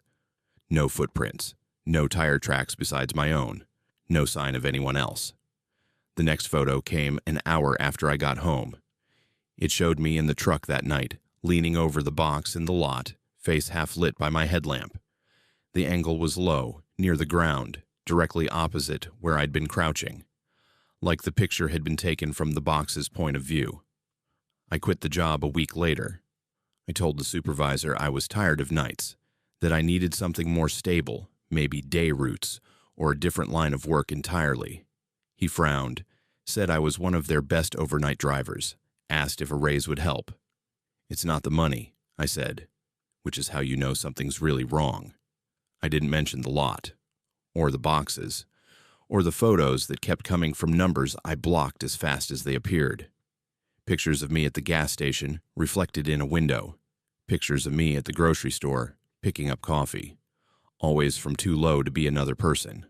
Always grainy, like they'd been taken through something. I moved to Phoenix, thinking distance would fix it. New apartment. New job delivering during the day for a different company. Different hub, different trucks. No more unmarked boxes. No more desert lots at 3 a.m. I didn't change my phone number. That was my mistake. The first week in the new place, nothing happened. I let myself believe I'd left whatever that was behind, out on that cracked strip of road that only existed in the GPS, in a dirt lot that was probably just someone's weird property quirk. Then, one night, my phone buzzed at 3:02 a.m. No text, just an image. It was my new building, my new truck, my new bedroom window, light seeping around the edges of the blinds. The angle was low, near the base of the wall, like the camera had been set on the ground right up against the stucco. I stared at it, heart pounding. I moved the blind slats with one finger and peered out. The parking lot was empty except for a few cars. The security lights cast their usual pale circles. The only thing near my wall was a small, unremarkable cardboard box someone had left by the dumpster. Unmarked. I told myself it wasn't what I thought. That I was connecting dots because my brain needed a pattern. That some neighbor had ordered something and left it outside. Then my phone buzzed again. The new picture showed me, standing at the window, finger on the blind, eyes squinting out into the night. The perspective was from the height of that box. My name is Arian, and I stopped thinking of myself as the person who delivers packages a while ago. It's hard to hold on to that illusion when you realize something out there has started scheduling deliveries around you instead, and you're the thing that keeps showing up in the pictures. My name is Ozias, and I learned to tell time by the sound of coffee hitting cracked ceramic mugs. At the diner in Salome, the clock on the wall mattered less than the 5 people who were already in their seats when I flipped the sign from closed to open every single morning at 6 a.m. Salome is one of those towns that looks more like a prolonged gas station than a place people actually live. Highway 60 slices through it, and most drivers only notice the cluster of buildings long enough to decide if they have the patience to stop. The diner sits right at the junction, a low rectangular box of flickering fluorescent lights and chrome trim that never got updated past 1994. I started working there because I needed cash and because the owner didn't care about my past, only whether I could carry 3 plates at once and show up on time. The regulars were part of my orientation. 5 of them, the manager said on my first day, pointing at the row of stools at the far end of the counter. Every morning at 6, same seats, same orders. You don't need to write it down, just bring it. He rattled off their preferences. 2 black coffees, 1 with sugar, 1 with cream, 1 hot tea, 1 decaf with artificial sweetener, 1 orange juice plus coffee. Bacon well done here, eggs over easy there, pancakes split between 2. It sounded like a script. They live around here? I asked. He shrugged. Been coming longer than I've been here. Don't worry about where from. Just don't mix up their orders. They were already in their spots my first shift, like stage props waiting for the lights. I almost missed the opening bell, locking the door behind me, tying my apron, flipping switches. But when I turned to the counter at 5:59, they were there. I never saw them walk in. 5 of them, spaced evenly along the end of the counter. Their clothes were plain and out of style without quite being vintage. Neutral jackets, button-downs, a cardigan, a faded dress. Not old-fashioned enough to draw comment, but wrong if you really looked. Each had a small, pale hand resting on a mug, as if in mid-gesture. They smiled when I approached, polite, thin smiles that didn't quite touch their eyes.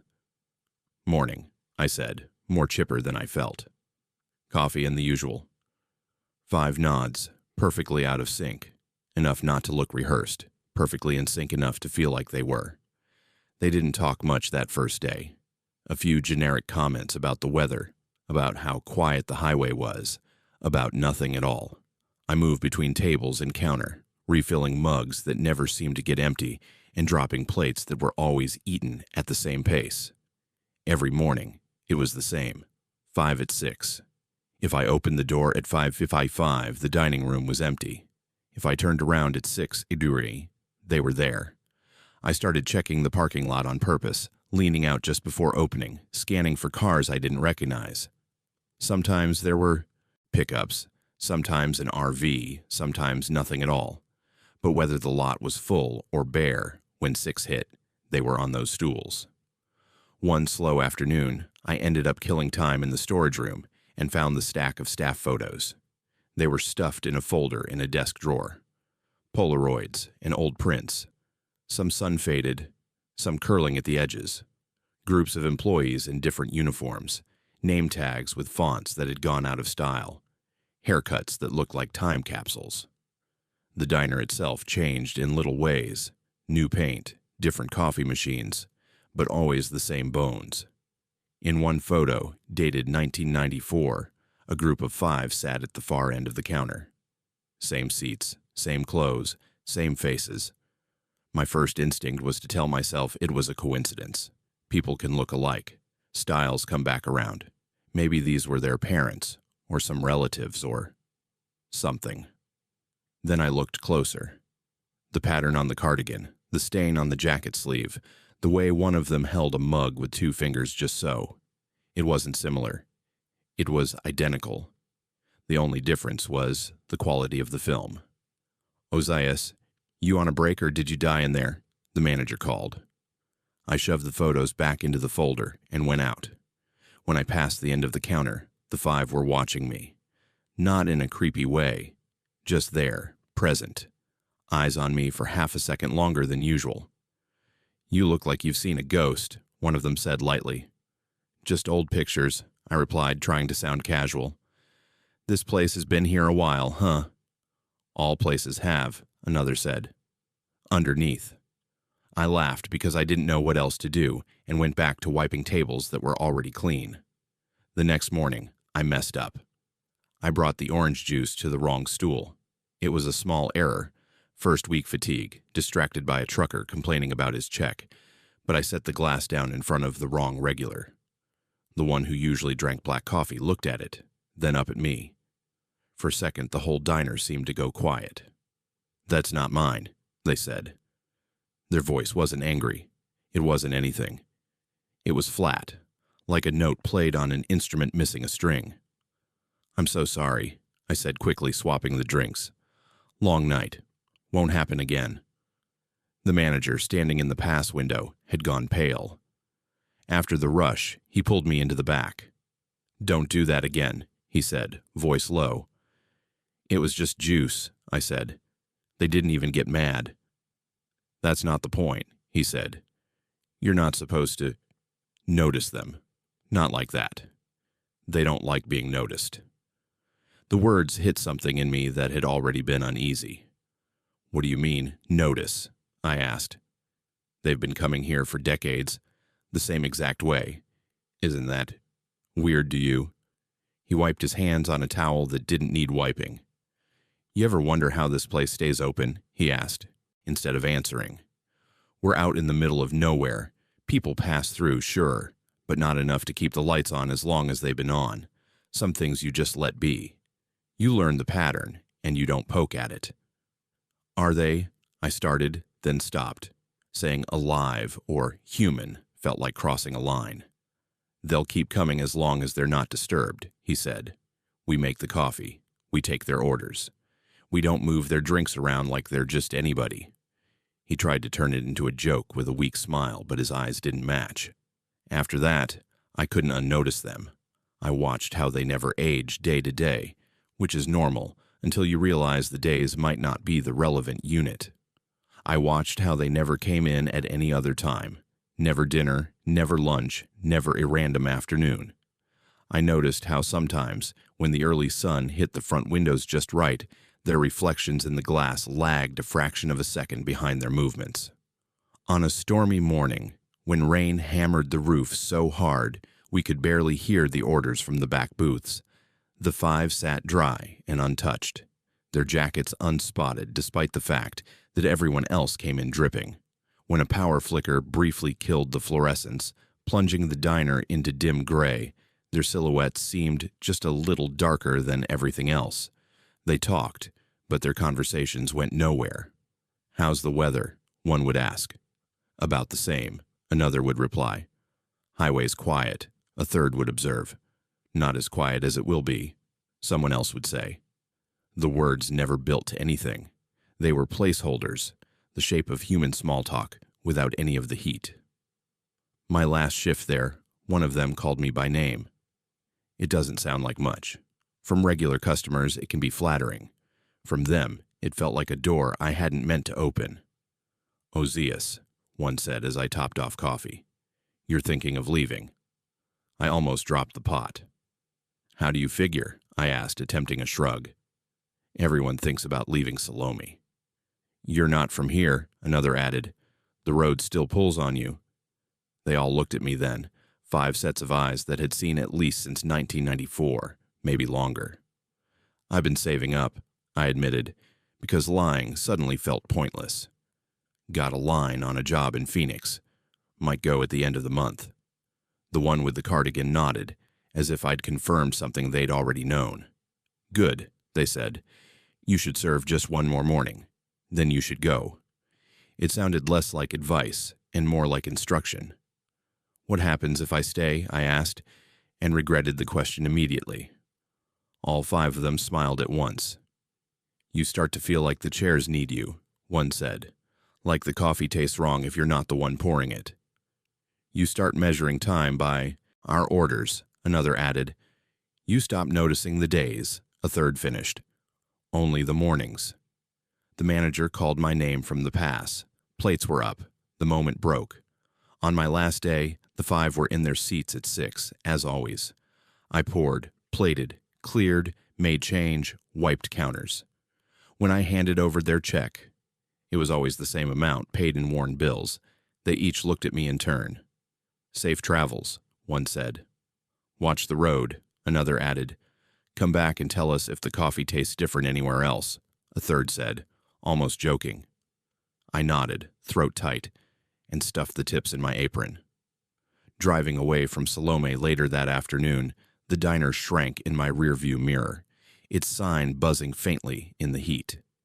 The highway stretched ahead, straight and shimmering. Phoenix waited with its crowded streets and anonymous diners where no one knew my face. Every now and then, when I'm up early in some new city, and I walk into a place that smells like burnt coffee and cleaner, I glance at the counter out of habit. I count the stools. I watch for 5 people sitting in the same seats facing forward, waiting for someone like me to notice they haven't changed. My name is Ozias, and if you ever realize your regulars haven't aged in the old staff photos, don't do what I did and ask questions. Just serve their coffee, take your tips, and leave before the morning becomes the only time that feels real. My name is Watson, and there's a 3-hour gap in my life that a dash cam remembers better than I do. People tell me I'm lucky I don't recall what happened in those woods near Greer. Lucky isn't the word that comes to mind when you watch yourself stand motionless while something wrong moves behind you. Forest Service patrol sounds peaceful when you read it on a badge. In reality, it's long hours alone on dirt roads, counting fire rings and beer cans, checking that hikers haven't turned the White Mountains into a crime scene. The Greer sector was my usual beat. Dense pine, cold creeks, fog that clings low to the ground and makes elk look twice their size when they step out of it. I knew the roads out there by the feel of the washboard under the tires, could have driven most of them with my eyes closed. The morning it happened, the air at the station bit hard enough that my breath fogged when I logged my route. I checked the radio, tapped the dash cam to make sure the light was on, then rolled out while the sky was still a flat, undecided gray. My list was simple. Loop past a couple campgrounds, eyeball some dispersed sites, swing by a narrow spur road that dropped toward a seasonal creek, then back. Nothing about that spur looked special on a map. Just a skinny offshoot from a forest road, a little turnout where locals leave trucks during fishing season. I'd been down it a dozen times. That morning, frost glazed the ruts, and the trees leaned in heavy, branches shivering with the weight of it. I saw the carcass before I understood it. A rusty smear in the ditch made me ease off the gas. I coasted to the shoulder, killed the engine, and stepped into air that felt colder than it had any right to be. The smell hit first. Not fresh blood, not clean rot. Flat, sweet, like meat left too long in a walk-in with the power out. From a distance, it was an elk. Up close, it was a failed attempt at one. The antlers and head were right enough, eyes clouded, tongue just visible. But the neck was too long, vertebrae stretching in a curve that didn't match the hide. The front legs had an extra bend where no joint should be.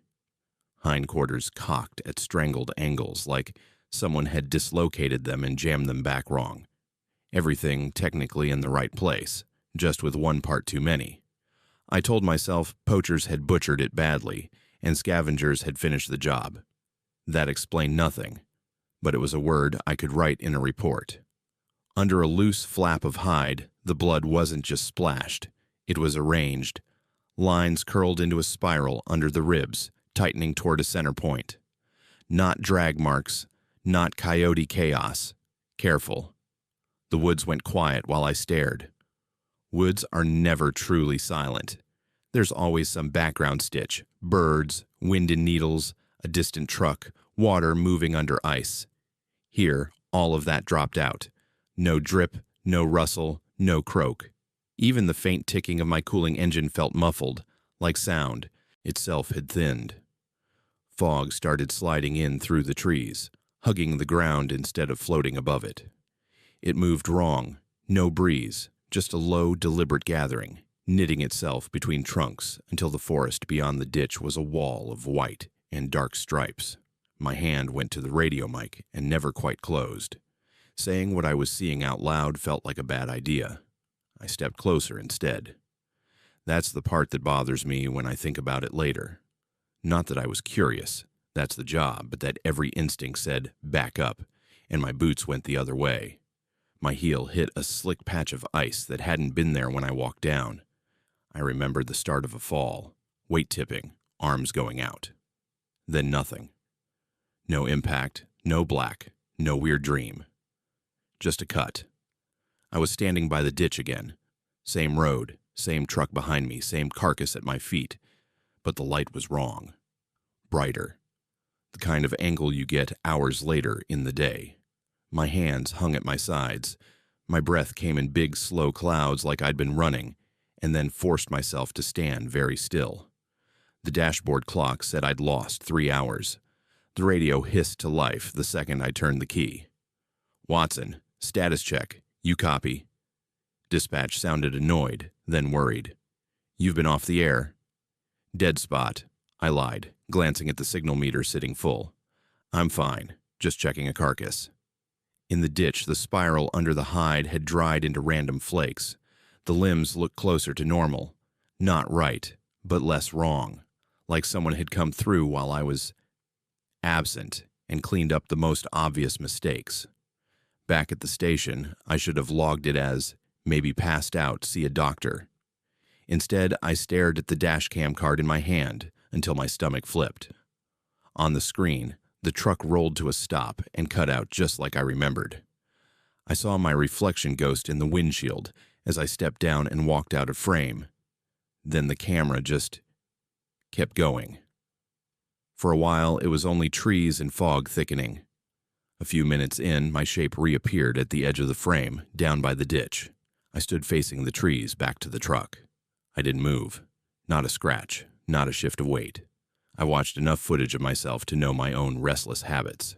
This was like looking at a mannequin in my jacket. Shapes started moving in the fog behind me. They never came into focus long enough to resolve into elk or person. Tall, jointed silhouettes slid between pines, limbs bending a little too far, in too many places.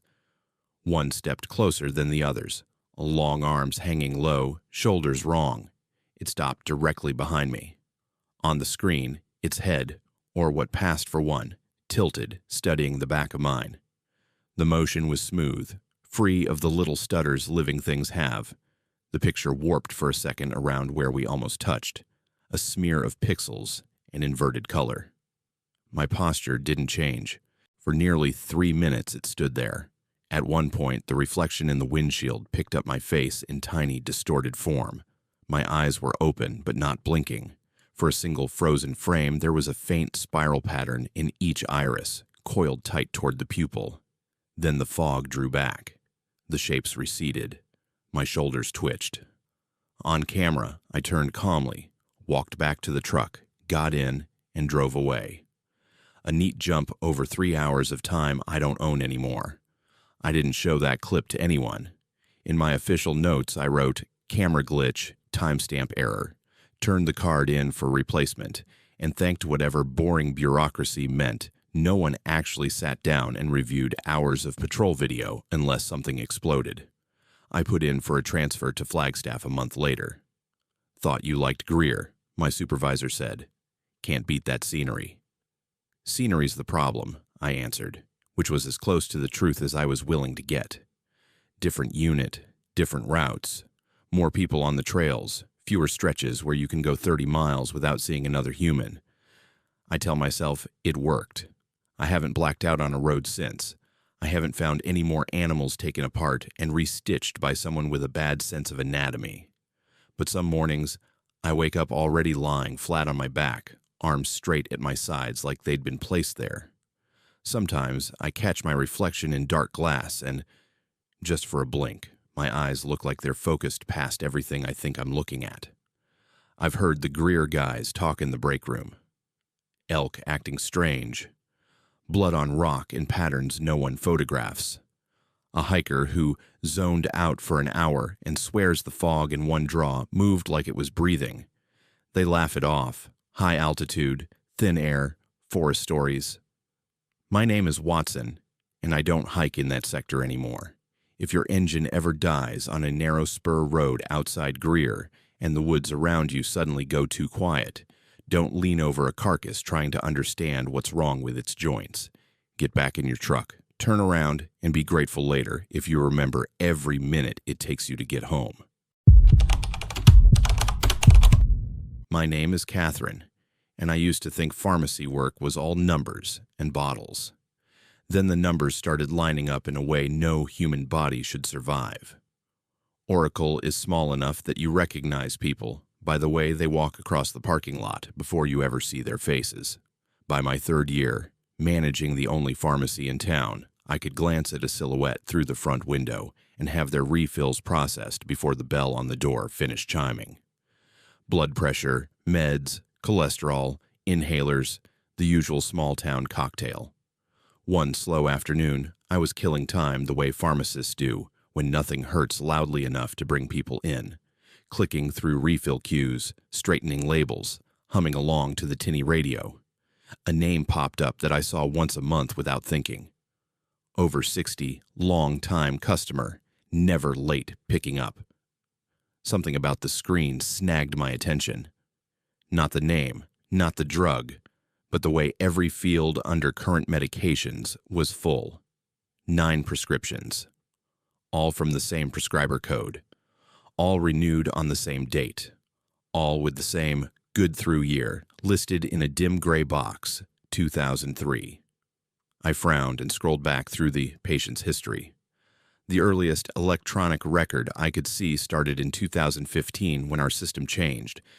Every year, the same 9 meds, the same prescriber, the same last seen date, May 14th, 2003. No office visits updated, no consults. As far as the software was concerned, this doctor had prescribed a lifetime's worth of treatment in one sitting and then vanished. Glitch, I told myself. Data migration weirdness. Old practices get absorbed, numbers get carried over wrong. I made a mental note to fix it when I had time and moved on. The pattern didn't let me. Once you see something, you start seeing it everywhere. A second patient, 70-something, shuffled to the counter with a smile and a joke about the heat. I pulled up his profile. Same 9 meds, same prescriber code, same 2003 date. A third, a fourth.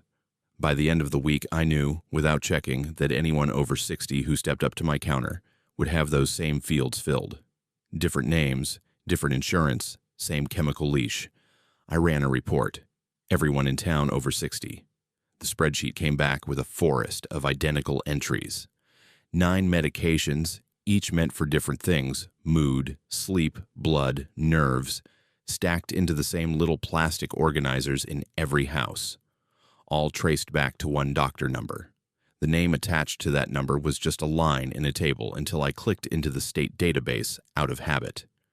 I expected active, maybe retired. The listing said deceased. Official date of death, September 2003. I stared at the monitor long enough that one of my techs asked if I was okay. I said I was fine, just tired, and printed the page before anyone could read over my shoulder. There are reasonable things you're supposed to do in that situation. Call the office, verify, correct the prescriber of record to whichever provider has taken over their panel. Instead, I dialed the old number in the file just to see what happened. A recording picked up. Not the usual "this number has been disconnected." A soft click, a few seconds of static, then a voice that sounded like it had been dubbed one generation too many. "You've reached the office," it said, not naming whose. "If you are calling about your program, please continue as usual. If you are calling to inquire about the program, you're not a participant." The line dropped. I tried again. This time, I got the standard telecom message. No such number. Like whatever I'd heard had been spliced in for me alone. I told myself I was overthinking it, that the recording was leftover from some merger, that I'd misheard program as something bigger than weight loss or cardiac risk. Then they started coming in together. 7 at a time, always at least 7. Some days, 9 or 10, but never fewer than 7. All over 60. All with those 9 meds highlighted green as ready. They'd arrive within 10 minutes of closing, the bell chiming in a steady rhythm as they filed in, wedged themselves politely into a queue that didn't exist, and wait. They didn't chat with each other the way old neighbors usually do. No talk of grandkids, weather, church. They stood shoulder to shoulder, hands folded over purses or tucked into jacket pockets, eyes fixed somewhere a little higher than my head, like they were all watching a point just past the pharmacy clock. "We're here for our program," one of them said the first time I asked what brought them in together. Her tone made it sound like I already knew. "I can get your refills started," I said. "Do any of you need to speak to the doctor about side effects?" 7 gentle head shakes. The exact same motion, a little delayed down the line like a wave. I filled their bags. My technicians moved more slowly than usual, hands careful. You can feel when a room is wrong even if you can't name why. When I handed over the stapled paper sacks, they didn't check them. No one asked about generics. No one complained about the copay. They just accepted the weight in their hands with a faint, almost relieved exhale. As they turned to go, one of them paused. "You should join the program," she said. "You're here anyway. It's easier if you're on it before you need it." I laughed it off, made a joke about already taking too many vitamins. Her smile didn't quite reach her eyes. That night, I pulled every physical chart we still had from the old storage room. Dust bloomed in the back, like a second ceiling. I found the dead doctor's name on letterhead browned at the edges, intake forms filled out in careful blue ink. The last notes were from spring 2003. The handwriting trailed off mid-sentence on one, the pen leaving a slow, dragging line down. Oh, the page. The office address on the letterhead was 5 minutes from my apartment. The next morning, before my shift, I drove by. The building was one of those flat, beige boxes that sprouted in the 80s and never left. 2 stories, mirrored windows, empty parking lot. A faded sign holder out front had no letters left in it. The directory inside listed lawyers and a dentist, no physician. Suite number for the doctor's old practice was a blank door with no plaque. The blinds behind the glass were drawn, but I could see the edge of something white taped to the inside. I leaned closer until my forehead almost touched the window. Typed in the center of the page, in a font my brain insisted was familiar from somewhere, were 4 words. Program in effect. Continue. No phone number, no logo, no explanation. Back at the pharmacy, the system pinged me with a message from the state board. A bland, automated notice reminding pharmacies to verify controlled substance prescribers. I stared at it for a long time before closing the window. When the 7 came in that night, 7:52 p.m., the bells chimed, cutting through the hum of the lights. I watched the way they moved, like a flock, micro-adjusting to each other's pace without looking. They stood in the same order they had 2 days before. "How are you all feeling on these?" I asked as I scanned labels. "Any dizziness, shortness of breath, strange dreams?" "We're stable," one of them said. "We're level," another added, as if searching for an approved word. "You're very kind to ask," a third finished. The same 9 lines glowed on each screen. Same dosages, same refills remaining. Same prescriber code that belonged to a dead man whose office had been empty for 20 years. I reported it. I wrote up the patterns, printed the screenshots, attached copies of the death notice, and the weird recording transcript. I sent it all to the state board with a neat cover letter that used words like concern and unified prescribing pattern instead of "this whole town is on something prescribed by a ghost." A month later, I got a short email thanking me for my diligence and informing me that no irregularities were found requiring immediate action. The prescriber code remained active for legacy billing purposes. That week, the 7 came in 3 nights in a row. When I slid the last bag across the counter on the last night, the one closest to me leaned in a little. "You did your part," she said quietly. "It's all right." "I don't understand any of this," I blurted before I could stop myself. "Why hasn't anyone changed these? Who is actually managing your care?" All 7 pairs of eyes focused on me at once. The weight of that attention hit like a physical thing. "We're all under the same supervision," one said. "It keeps us together," another added.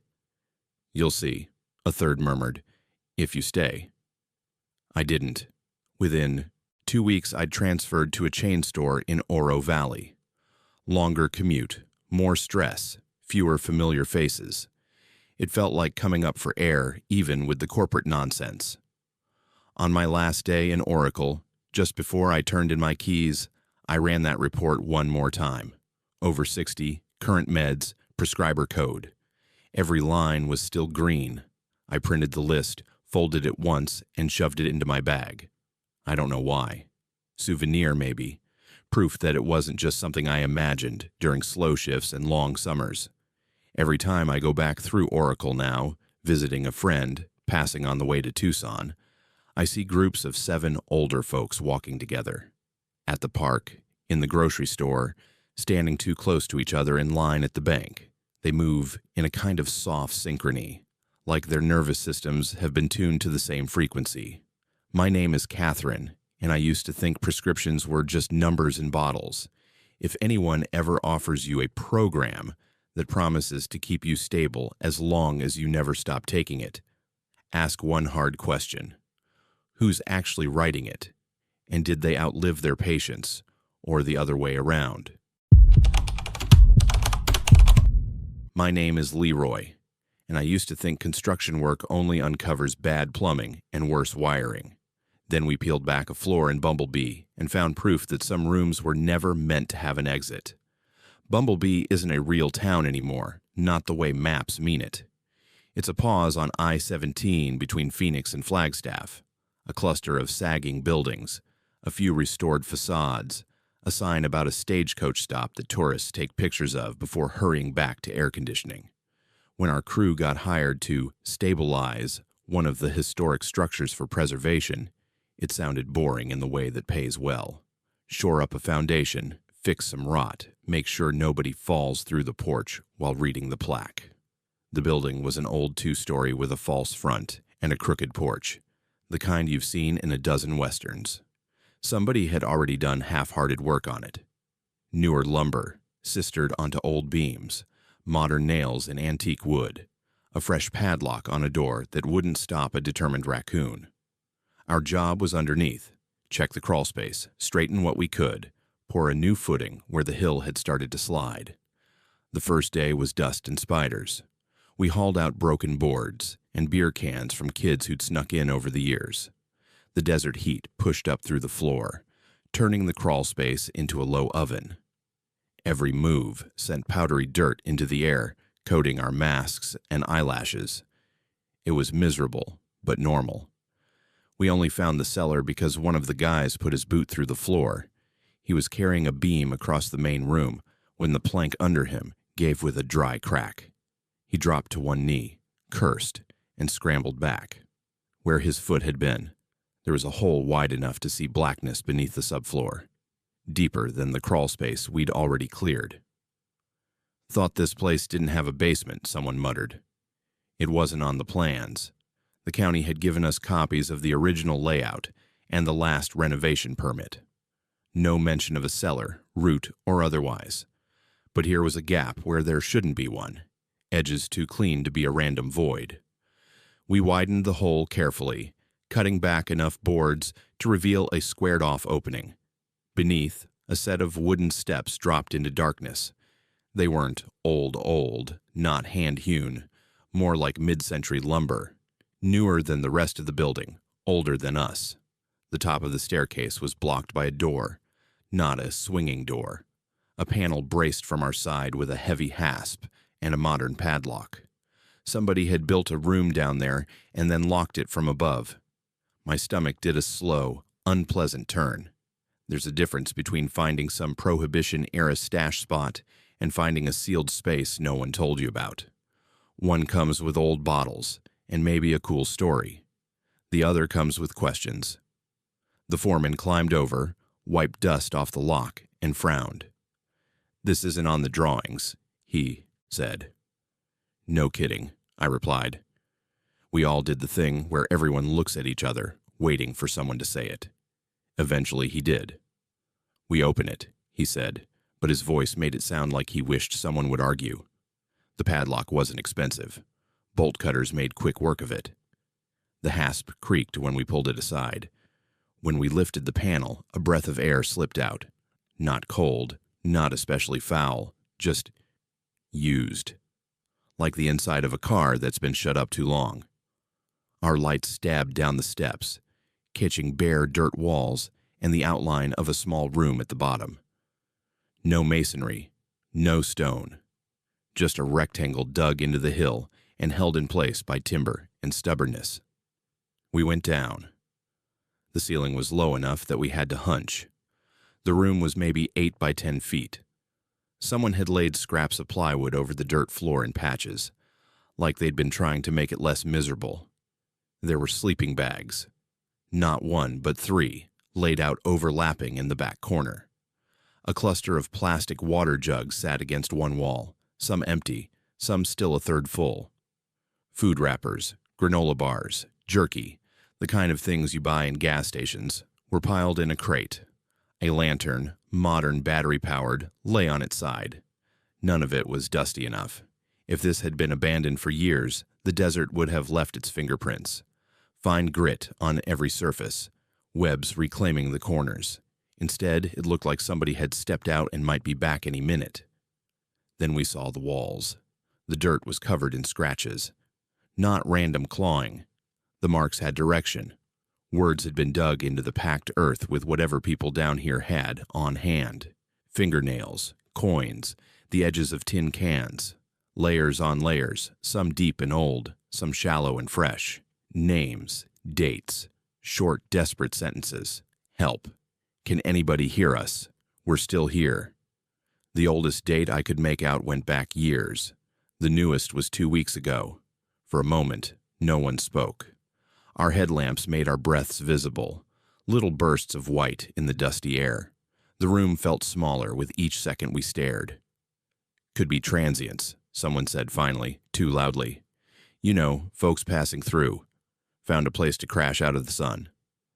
Transients don't lock themselves in from the outside, I said before I could stop myself. The foreman shot me a look, but didn't argue. He was looking at the same thing I was. The clean edges where the door panel met the floor above, the way the hasp had been mounted so you could only secure it from topside. You don't lock a place you're leaving. You lock a place to keep something, or someone, inside. There were no bones, no obvious blood. Just evidence of people who had scraped the walls so many times the dirt had gone from smooth to pitted and back again. On one section, the scratches overlapped so heavily the words blurred. I brushed at them gently, feeling like I was erasing something even as I tried to read it. One phrase cut through the chaos, carved deeper than the rest. We were not the first. The foreman's radio crackled then, a burst of static from up on the hill where the truck sat. The sound made all of us flinch. He swore softly and climbed the steps to answer, leaving the rest of us in that carved-out throat of the earth. I listened to his voice filter down, forced calm, words like unexpected void and possible illegal camping. He didn't mention the scratches. When he came back, his face was set. Everyone out, he said. We're closing this up. Official word is we found an unstable cavity that makes the building unsafe. We're going to recommend sealing and posting. You're not going to call somebody, I asked. Sheriff, maybe. Missing persons. He hesitated just long enough. You want to tell them we've got names and dates but no bodies, he said. They'll drive out, take some pictures, shrug, and put it on a list behind everything else. Meanwhile, this place gets on TV as something it isn't supposed to be. What is it supposed to be? I asked. Historic, he said. Not this. He made us all sign non-disclosure paperwork that afternoon. Corporate standard, he said. Liability. Nothing unusual, he joked, but his hands were too tight on the clipboard. We poured concrete over that opening 2 days later. We didn't stabilize the cellar. We buried it. New rebar, fresh mix, smooth trowel marks that erased the edges of the hole. From above, it looked like any other repair. Solid, safe, ready for tourists to walk across without ever thinking about what was under their feet. Sometimes I tell myself we did the right thing. If the people who carved those walls got out, if the last date being 2 weeks back meant somebody finally opened that hatch and let them go, maybe the kindest thing we could do was make sure no one else ever woke up down there with dirt under their nails and no handle on the door. Other nights, I lie awake and see those last words over and over. We were not the first. I think about stagecoaches stopping here a century ago, about how many times someone could have dug and redug the same hole under a building and covered it again. Different timbers, different locks, same story. My name is Leroy, and if a job ever takes you into the foundations of an old building with no cellar on the plans but a lock facing your side of a hidden door, don't be the one who opens it. And if it's already been opened, think very hard before you help anyone seal it back up and pretend the names on those walls were never there. My name is Breyer, and the paperwork says I left Border Patrol because of stress and family reasons. The truth is, I left because I met 8 people who kept crossing the same patch of dirt at 2 a.m. and never actually got anywhere. Naco looks like any other small border town if you only pass through in daylight. Chain link, low buildings, dust devils in empty lots, headlights sliding along the fence line at night. I worked that sector 6 years. It's not glamorous. You clear brush from cameras, follow footprints through mesquite, process tired people who mostly just want water and a chance. The group of 8 didn't stand out the first time. We picked them up near a wash about half a mile north of the line. Mix of ages, clothes dusty but intact, no obvious injuries. They were scared, sure, but not more than usual. We loaded them into the van, brought them to the station, did the whole routine, fingerprints, photos, intake questions through a translator on the phone. Processing takes time. Names get entered, forms printed. Eventually they were transferred, paperwork stamped, and they left my orbit like everyone else. 3 nights later, the same 8 people were standing in the same wash at 2:03 a.m. Same order in the line, same clothes, same dirt streaks, like a scene reset instead of live time. One guy had a rip in his sleeve I remembered because I'd offered tape for it. The rip was in the same place, edges not more frayed. My partner that night joked that I was losing it. "Different folks," he said. "You just think they look the same." The floodlights washed their faces pale. My gut said he was wrong. We processed them again. Fingerprints don't care about gut feelings. When their records popped up, the system showed prior contact, 3 nights ago. Same place, same hour. We chalked it up to people trying again fast. Desperation doesn't read memos. Over the next 2 months, I detained those 8 people 15 more times. Always near Naco. Always at 2 a.m., plus or minus 5 minutes. Always in that same stretch between 2 mesquite clumps you'd never pick out on a map. Sometimes I was on duty, sometimes another unit called it in and I helped process, but I started to recognize the pattern before the computer did. The system eventually caught up. One quiet shift, I dug deeper into the records, more out of unease than curiosity. Each of the 8 had a list of encounters that looked like someone had copy-pasted the same report. Same date, time pair, shifted by 3 days, same coordinates, same notes. The gap between their apprehensions was never more than 72 hours. No variation in route, no sign of different guides. They never remembered me. I tried testing it. On their 7th time through, I asked one of the women if she recognized my face. She smiled politely, exhaustion in the corners of her mouth, and said no. I reminded her of a joke she'd made the 2nd time about my terrible Spanish. Blank look. "Maybe you're mixing people up," my supervisor said when I brought the stack of printouts to him. "We see a lot of faces." "Same 8, same everything, 17 times, I said. "They don't remember, but the computer does." He skimmed the pages, frowned, and told me he'd flag it for review. That's bureaucrat for, "We'll pretend this is a glitch until it either stops or becomes someone else's problem." The next week, I was on the line again at 1:45 a.m. Night so black even the stars felt far away. The cameras were clear, the radio quiet. The air had that heavy, waiting stillness you feel before weather or trouble. At 2:00 a.m., the motion sensor pinged. I watched the monitor as 8 heat signatures moved into frame from the south. They walked in a tight clump, no hurry, no stumbling, like people who'd done this exact thing enough that the terrain was muscle memory. I drove out with another agent, headlights bleaching the brush. When we lit them up, they shielded their eyes, same as always. One man put his hands up before we told him to. His palms shook. "Do you know what day it is?" I asked him later at the station, off script. He hesitated, then gave a date that was 3 weeks behind. "How many times have you tried to cross here?" I asked. "This is the first," he said. His voice cracked. We have been walking a long time. It feels like the same night." I told him gently that we'd spoken before, that we had his fingerprints from multiple arrests. He stared at the table, breathing too fast. "If we keep trying, we will get through," he said. That's what they said. "Who?" I asked. "The ones who sent us," he said. They said, keep walking when the lights come. Do what you did before. One day, it will be different. It never was. The last time I processed them, I checked the internal notes. A quiet comment from some analyst I'd never met had been added to the file. Pattern suggests data duplication or sensor glitch. Investigate logging systems.